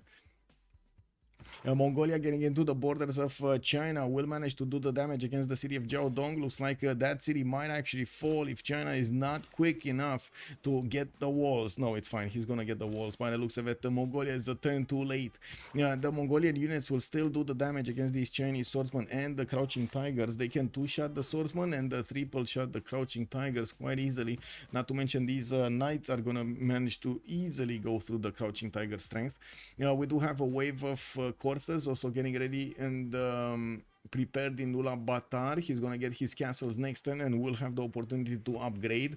They do have a decent gold per turn and a decent amount of gold in the bank, but not enough gold to sustain keeping on buying units for Sumeria. And this is, I guess, my pet peeve right now. I really would have hoped Sumeria would get units to stop this attack, because otherwise he's just gonna bleed units, bleed cities here.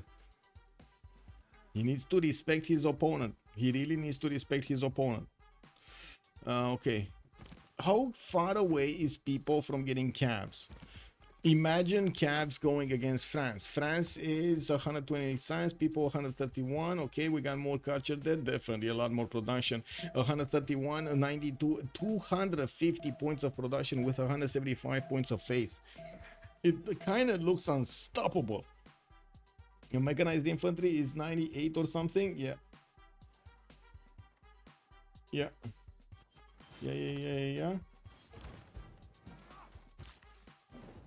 Okay, what's going on here?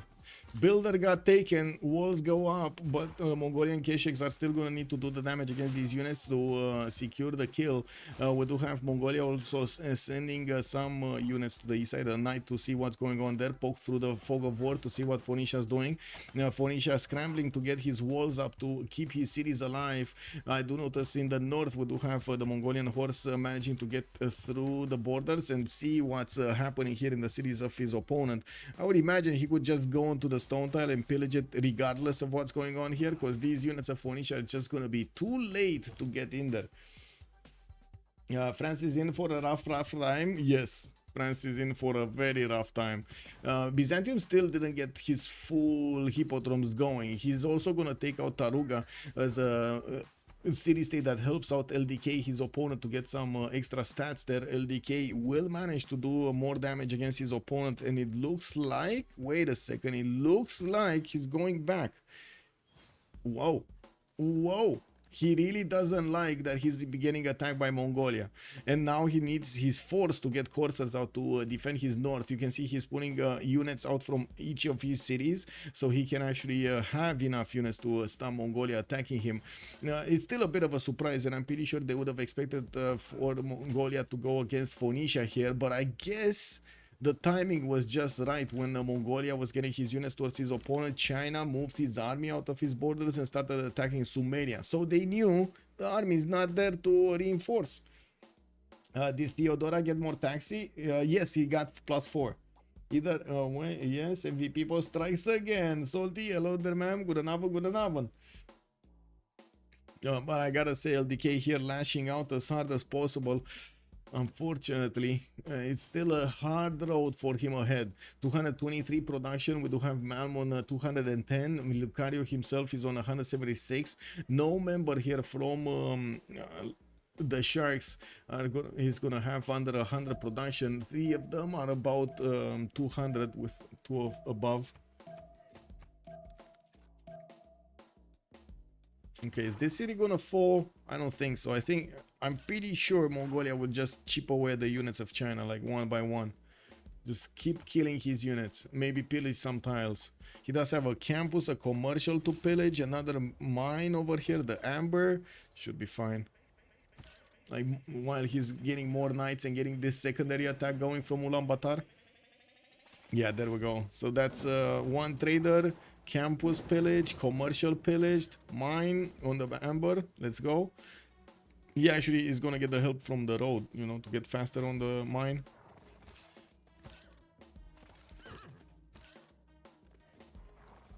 Terracotta?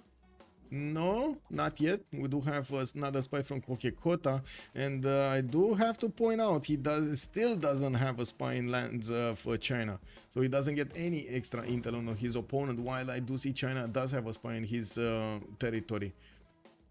Okay, people, calves, no. Square rigging in 3, still not getting calves. I do have France putting a swordsman so he can see if there are any units from Byzantium going into the water. Still, even if he sees these, I'm not that convinced he's going to get enough time to build enough units. He's only on 2, 4, 6 cities, 7 cities. His army is attacking a CAD. And this would be a very good moment for Spain to actually give this information to his ally, to Byzantium, that, hey, you know what? The army of France is not actually, you know, in the east. It's actually on the west side of his empire attacking a CAD. You might want to go in, you know, promote those units, give them a little bit of bread, and just go and take Lyon. If Shark were to lose, this is rigged. Kick W, man. Yeah. And as last day company, yes, they did decide to continue.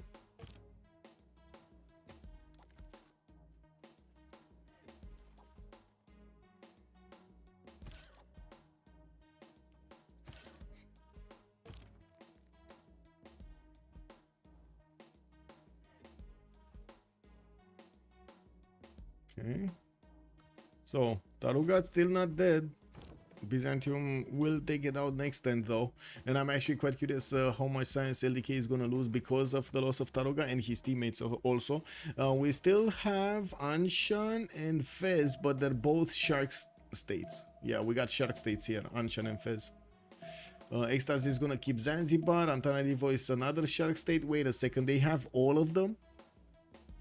They actually have all of them except Caguana, which is this one, and it's probably gonna die to Spain. Wow.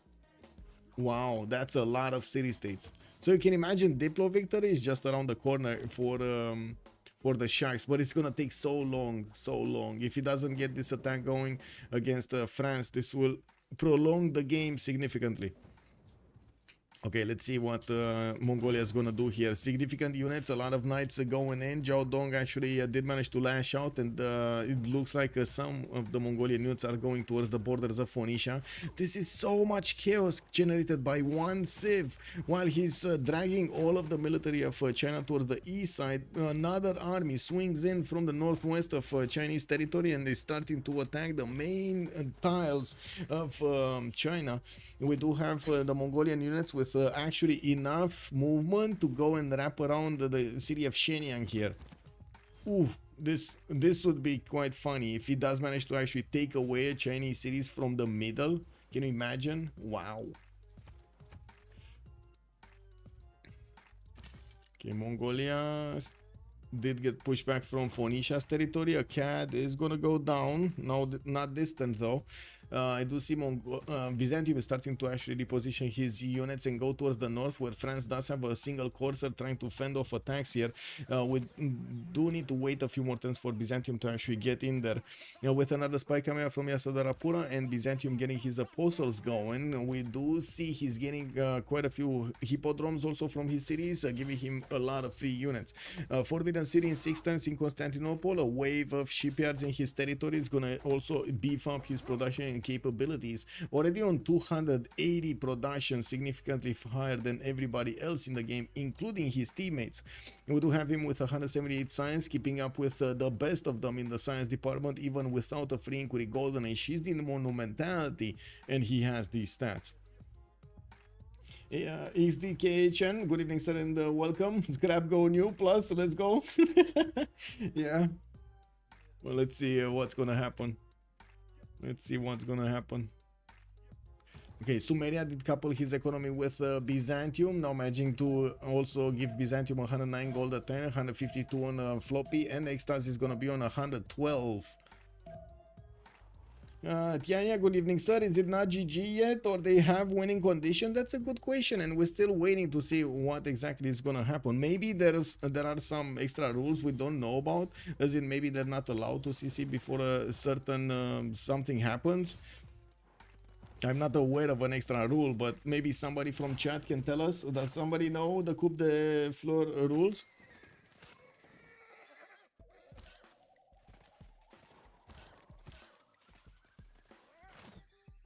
Well, it looks like LDK is going to manage to push back Mongolia. This is going to be good. But at the same time, I do have to point out Mongolia over here. It does seem like he's forcing LDK to deploy so many of his units. And of course, that's going to put more pressure on his economy, more pressure on his development here as a nation for the late game. We do have Floppy managing to get to 175 science and 54 culture. And while he did push back his opponent, now he's getting new libraries in his empire and the campuses, allowing him to keep simming while China is slowing down. This game is social. Maybe you can get an OnSpotTV and an FFA. Oh, that would be something, sir. I would really need, how to say, to go to my parents tomorrow, so can't really stay up that late tonight. Genghis Khan, Sumeria coming from the east. Yeah, but with only a few units. But I guess there are gonna be enough units to actually take out a few crouching tigers, you know, just pick them off and again add more pressure on China, on LDK.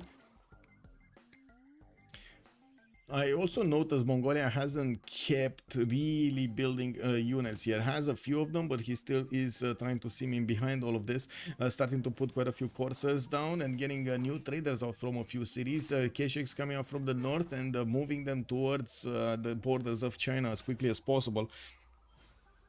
We do have to see Byzantium. Okay, he did get here. It looks like the French corsair did get dragged to the north, and to be honest, Byzantium, if he saw Lucario doing that, Byzantium should just send a horse and keep on riding towards the north. Make Lucario think that you're gonna come and pillage him from the north, and then sneak these coursers through the water over here. Just, you know, go over there. Gilgar has a religion. Did he get one? Wait. It got converted, so that's taxes straight, right? He got +6. No, that's still +4. Wait, what? That's still +4. Oh, he got a religion here in Jebdet Nasser. He needs to get a missionary. There we go. There's a missionary coming. He's on the way from Sinop.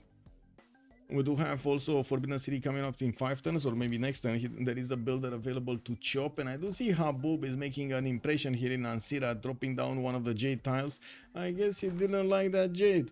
Also, Byzantium did roll Isaac Newton. He's gonna get the free library and university, and look at him jump, man. Look at him jump. 183 science, 115 culture, 309 points of production, 175 faith a turn, and so much military here. That's gonna just keep on getting bigger. His corsair right now is 60 strength against the French corsair of 54.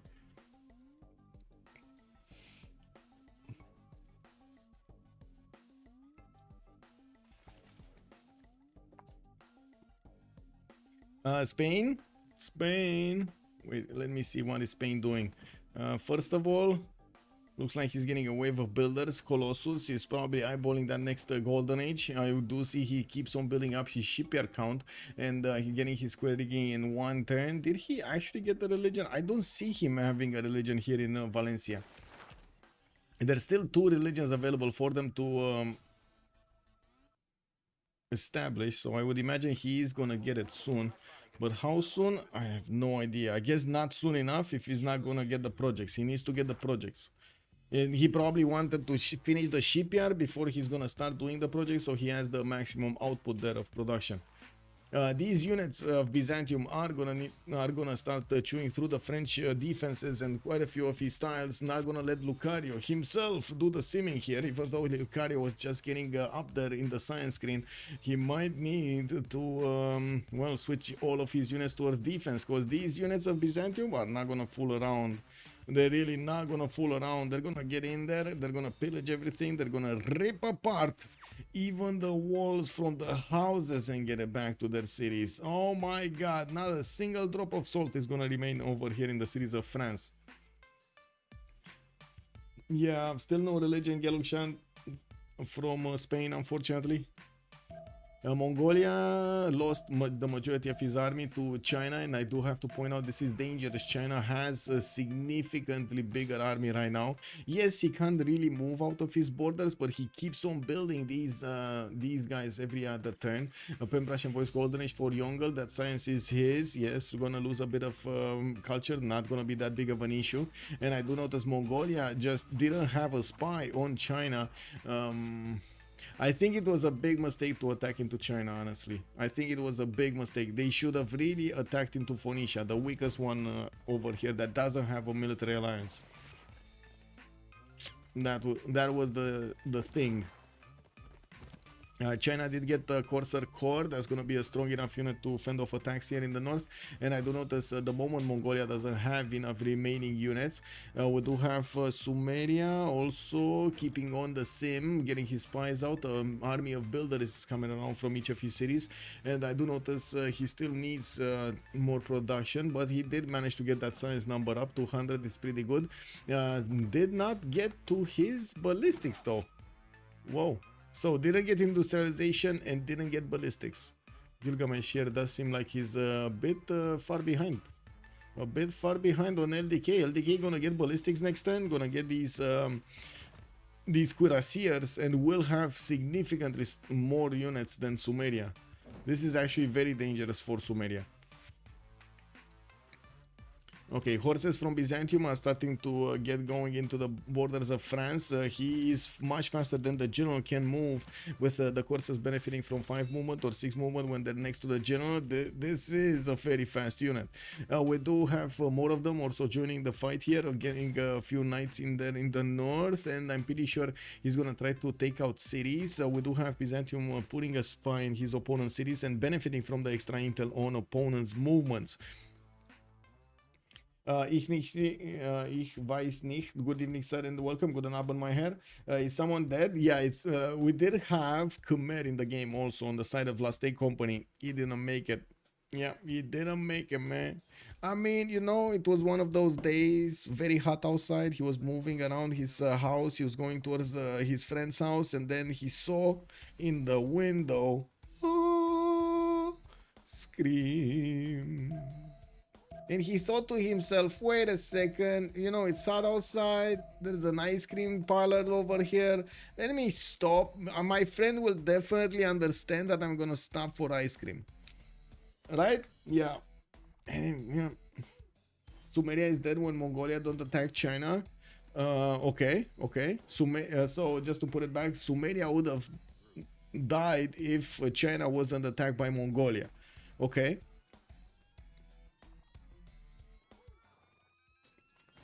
Okay, what do we have here? Nothing much. What do we have here? This is important. Bologna is gonna go down. It looks like Byzantium is gonna start pillaging tiles here, and he still needs to get that general on the front line. We do have Byzantium also with industrialization in 2 turns, extras industrialization next turn. This is going to be a big boost of production in their empire. Every one of those mines will get an extra point of production, and they will get the opportunity to build up their factory count, not to mention the coal power plants. Forbidden City in 2 turns for Constantinople. He does have a builder still available to chop, did not invest into it. The Byzantine missionary is going to get to Jemdet Nasr next turn, and the Byzantine nation is going to convert that city. That is the home city of the religion of Hinduism. That's an extra +2 taxes rate on the units of Byzantium going against France.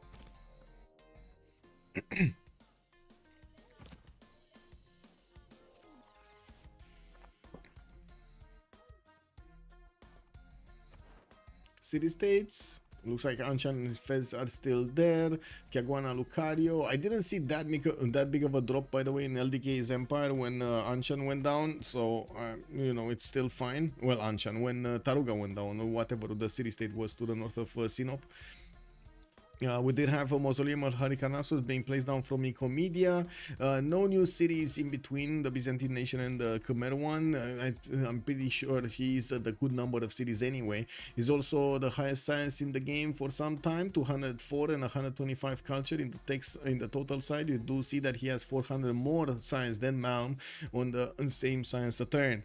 Managing to get to do damage against France is gonna soften him up for the extras attack later on. We're going to need to see if Spain is actually gonna move an inch here. There is a possibility that Spain will actually just want to keep on going, getting his sim up, maybe getting some planes if necessary later on in the game, but just letting Byzantium have his fun around the map and allowing him to kill off Catherine de Medici here. Looking at the Lucario, he's gonna get the ballistics next turn, and that will allow him to turn these French knights into cuirassiers, beefing up his garrison defense strength and beefing up the strength of those units. But there are only two, and there is a side effect, a very bad side effect of this happening. Because he doesn't have a lot of pre-builds, he will need to either give away his resources so he can actually just get the lower one, like heavy chariots or something like that, or knights, or wait, knights he can't, because you know they're still iron. Can you yeah, more, I know there was a bit of a difference at some point, not allowing two takes behind to be pre-built.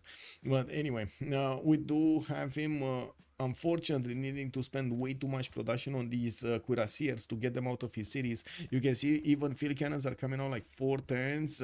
Horses, yes, Paris and Lyon, but those are not the ones you want. You want these cuirassiers, there we go, the cuirassiers to defend, and there are only 2. You're gonna see when he's gonna put the first one in production, it's gonna take like 5-6 turns to get one. That's gonna be catastrophic time for him to get a defense up. He's gonna lose the city of Boulogne. There is a significant chance we might actually see the Byzantine nation just crossing the river and going directly south here, because these units are fine. They're still gonna take out Boulogne, and he's gonna have this road here directly to Lyon.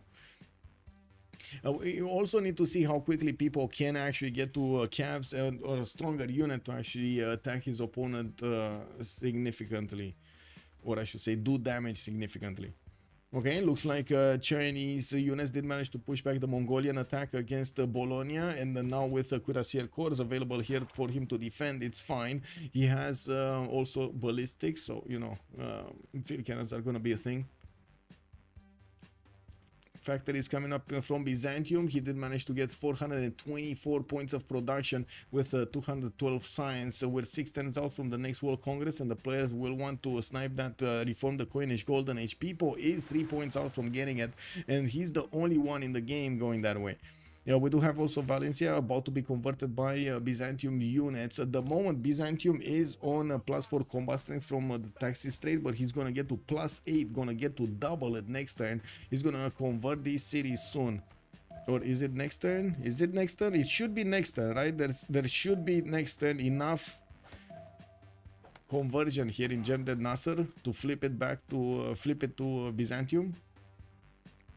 And Spain is definitely going to be converted. Like this city, Valencia, is going to be converted by the apostle. It already doesn't have the religion anymore. Okay, let's see. Taxes, trade, +6. We got a +6. Do we get a +8? Okay, Boulogne has been pillaged. Oh my god, these courses are so strong. If only they would have actually crossed the river. If only he would have shift enter to cross the river. But anyway, he could even still do damage. Wow! 64 strength across the river against the courses 47. Whoa! I think actually the damage of the river defense is not taken into account here. I don't see it in the drop down, so I think it's a 52 defense strength horse, not 47. In reality. Okay, Byzantium starting to get a few catapults, pulling down encampments. He did finish Forbidden City, gonna get that Mausoleum, and I do notice he's getting new arenas for those units, and of course we do have campuses with theater squares in the other one. It does have good enough economy 211 gold with floppy on 195. Extas is also 250. I do notice Sumeria again did not keep on building units. We did have a few units, a few cuirassiers from China deployed towards the north, might actually do a counterattack against Mongolia, while Mongolia is scrambling to get his calves out. That will be good enough for technology to help him upgrade into, so he can withstand the cuirassier attack of his opponent. We didn't have Mongolia managing to get enough units to do the damage against Phoenicia, and Phoenicia is ready for an attack. Field cannons and muskets with pike shots are just waiting for those Keshiks and the heavy chariots of the heavy calves of Mongolia to get through. They can't stop Theodora. Yes, I don't think they can stop Theodora. Does Spain have a continent split to take advantage of his ability? He does have a continent split in the south, and he has a continent split to the east. Yes, he actually does have a continent split to the east, so he could trade with the cities of Byzantium and get that bonus. Yes, he just needs to trade with these ones, like from Cadiz, Barcelona, Madrid, thinking even Volen. Yeah, even Volen. Not these ones. These ones are not going to get the double points. Like Seville, Valencia, Zaragoza, Toledo. Okay, we got units in the water. Looks like France is putting up quite a fierce defense here on the river. We do have also Byzantium hesitating of putting his units directly on the river to attack into France's coursers, and we do need to see if he's gonna manage to actually get these coursers enough damage to push through. Still +6 combat strength from the taxis. What happened? Wait, he didn't convert Valencia?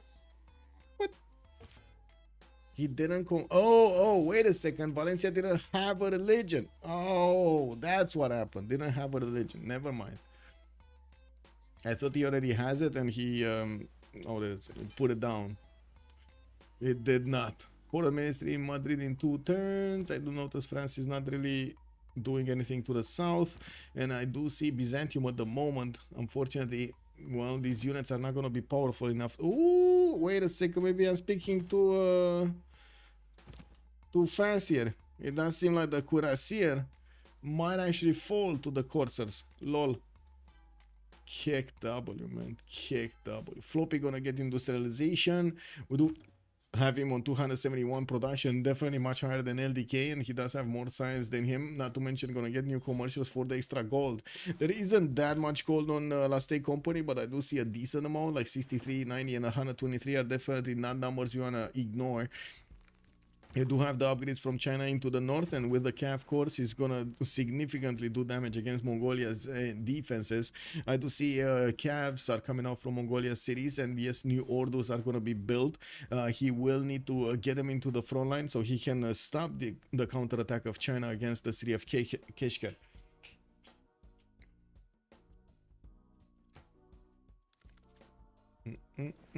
Okay, there we go. He's getting these units through.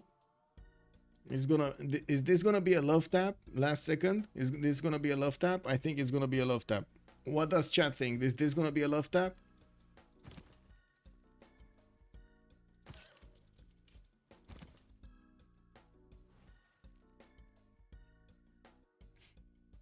Oh yeah, I mean, to be honest, I was thinking the same, but they didn't.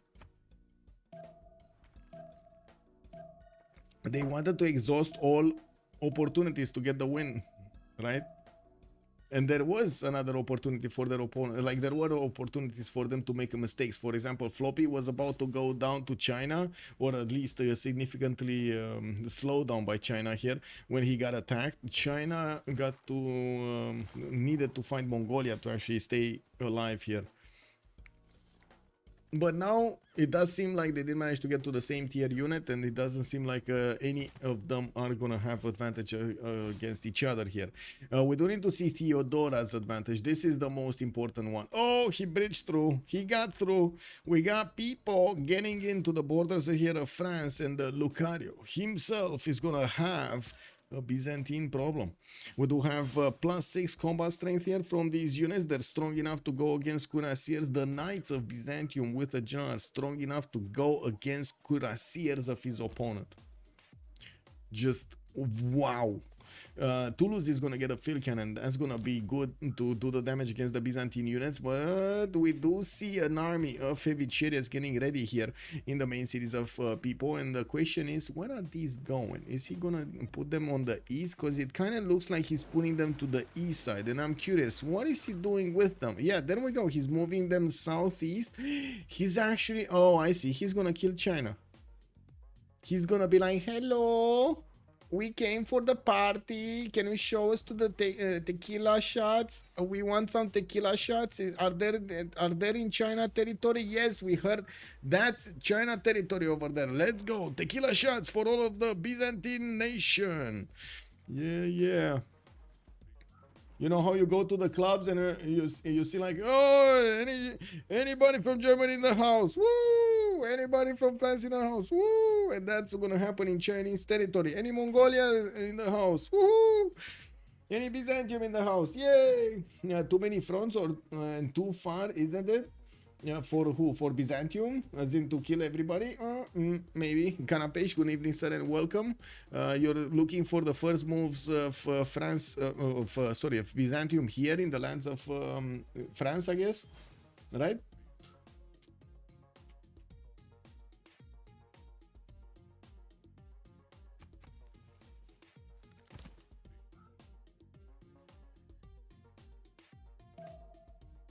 I do notice Mal did manage to get that 246, but I think they are considering people is in a Frinkuri Golden Age, even though I'm pretty sure they can check. It does seem like also one of the cuirassiers did get pushed back over here, made a line of defense that he's not going to get to keep. We do see France is trying to reposition his units so he can defend his upcoming cities, but now Byzantium is getting in, and it's not that long until he's gonna get to spread crusade against his opponent. It looks like Byzantium is gonna get an extra +5 whenever he's gonna be in a border in a city converted to his religion. Oh my, that cuirassier is actually dying. Wow. It is actually dying. Got the core ability and gonna start getting that extra strength going. We got General also helping his units move faster. He did disembark new cuirassiers and might actually just go against the city of Lyon directly with still the +6 taxes straight. We do have the apostles of Byzantium about to convert the city of Valencia. It will take some time though. That's an 8-pope city. That was a 13-pope city, and it did have a lot of followers, a lot of them. It looks like also a conquistador from the city of Cadiz, just keeping the border safe here to the north, so he doesn't let any French unit go in, but this is a problem. A lot of units from Byzantium are moving towards the southeast of Sumeria, and yes, we do have Sumeria getting his own units out, one turning knights from most cities. I do notice Mongolia did build a line of defense. Multiple calves are going to be here, keeping away these pesky Chinese units from his borders. On the lands of Phoenicia, he doesn't really get to do anything other than making sim here. 273 points of production for Malm. He's getting a wave of factories, and yes, I do notice we do have Phoenicia trying to get to Anshan, but Mongolia was very careful here. He levied these units, promoted them as necessary, and now has a strong army to fend off attacks here from Phoenicia. Yongle is getting his military economies up, and I do see LDK is probably going to lose his golden age, not going to get a dark age. People will get a golden, and I do see Extas is not that far away, 9 points from getting a golden too, but it's too far away for the 110 we have remaining.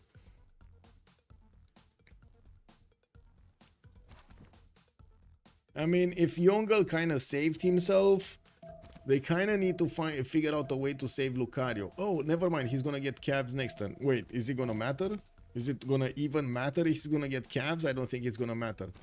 Like, Byzantium is just going to get...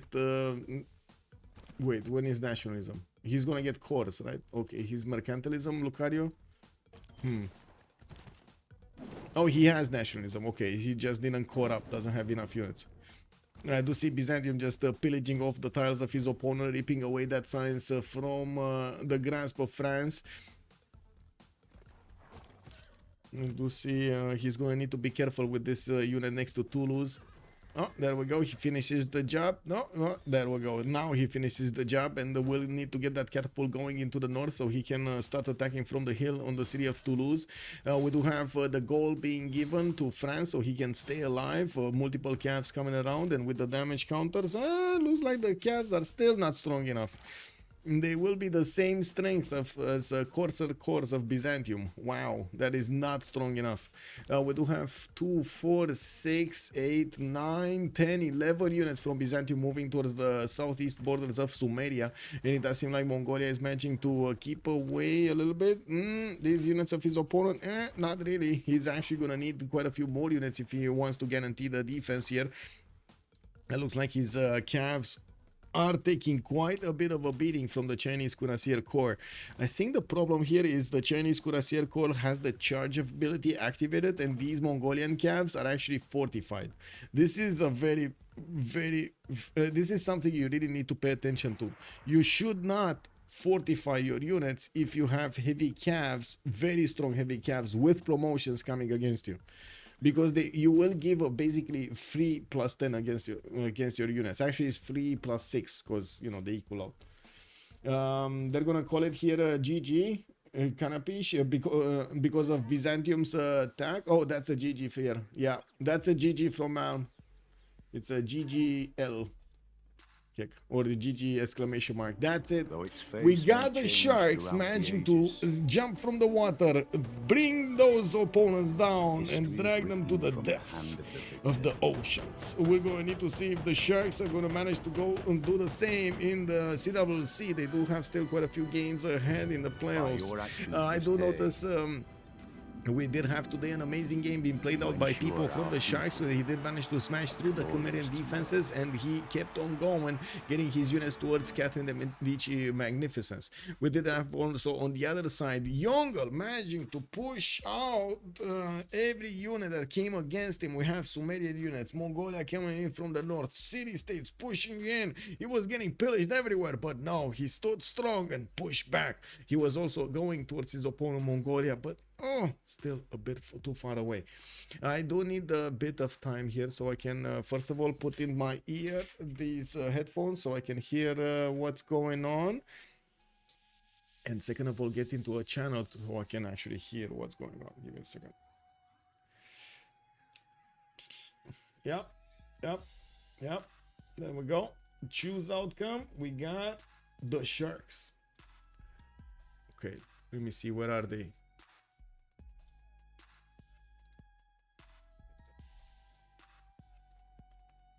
Oui, il fait pas de monument, tu vois. Mais bon, c'était bien. GG, well played. G. That was some Theodora action right there. Yep.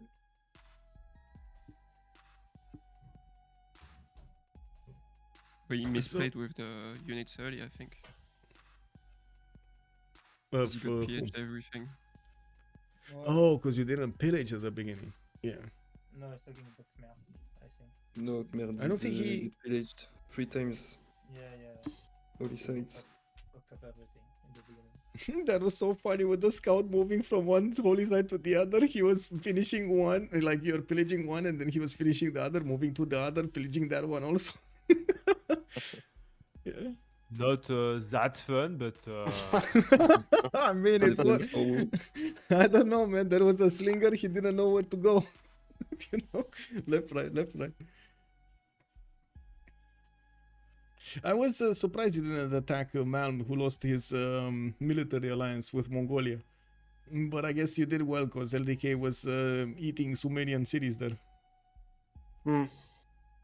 He told us that there was many Pac-Mans on Malm territory, so he went to LDK.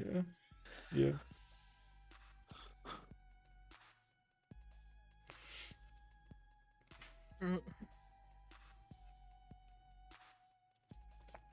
Did you just not care about the remap, or are there no remap tokens? Everybody forgot the thing.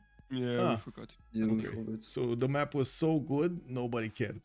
Yeah. Okay, good. It wasn't good. Yeah. Well, congratulations, and thank you for allowing me to stream. Yeah, thank you. Thank you, man. Thank you for the cast. Thank you. Well, and then we have it. We heard from the boys right here. They did, Malm was not that excited of having the holy sites of Khmer being pillaged so badly. And we did hear that they actually did have remap tokens, but they just, thought it's not necessary. It is what it is, right? The map was good, the situation was fine, and the sharks got through. I'm actually a bit surprised we didn't see also Last Day Company managing to get this. Been unfortunate over there with the situation on Khmer. I believe it's more like he really needed to respect Byzantium's power spike at the beginning of the game. Really nasty over there. Well, now we will have another game tomorrow for the CWC. It's going to be the third game out of the best of 3 series of Ulysse going against Last Day Company, and we're going to need to see them at 18:30 tomorrow GMT, tomorrow evening GMT. I'm gonna update my schedule soon. You also will have the vote updated on YouTube, uploaded on YouTube in just like a few hours when YouTube is gonna get it going. Thank you so much, by the way, for the likes. I do see we didn't really get to 40. I mean, it's all good. It was kind of a short stream, but we did get to 31, and I do want to thank you for each and every one of them. Thank you so much. It helps me a lot with the algorithm and everything. And of course, leaving comments down below. You know what helps more? Leaving comments down below. Yeah. Anything. Hedge recap. Oh my god, man, I just did like 3 times. Oh man, I'm sorry. I'm not gonna do it right now. Fortuna Belli, yeah, GG's.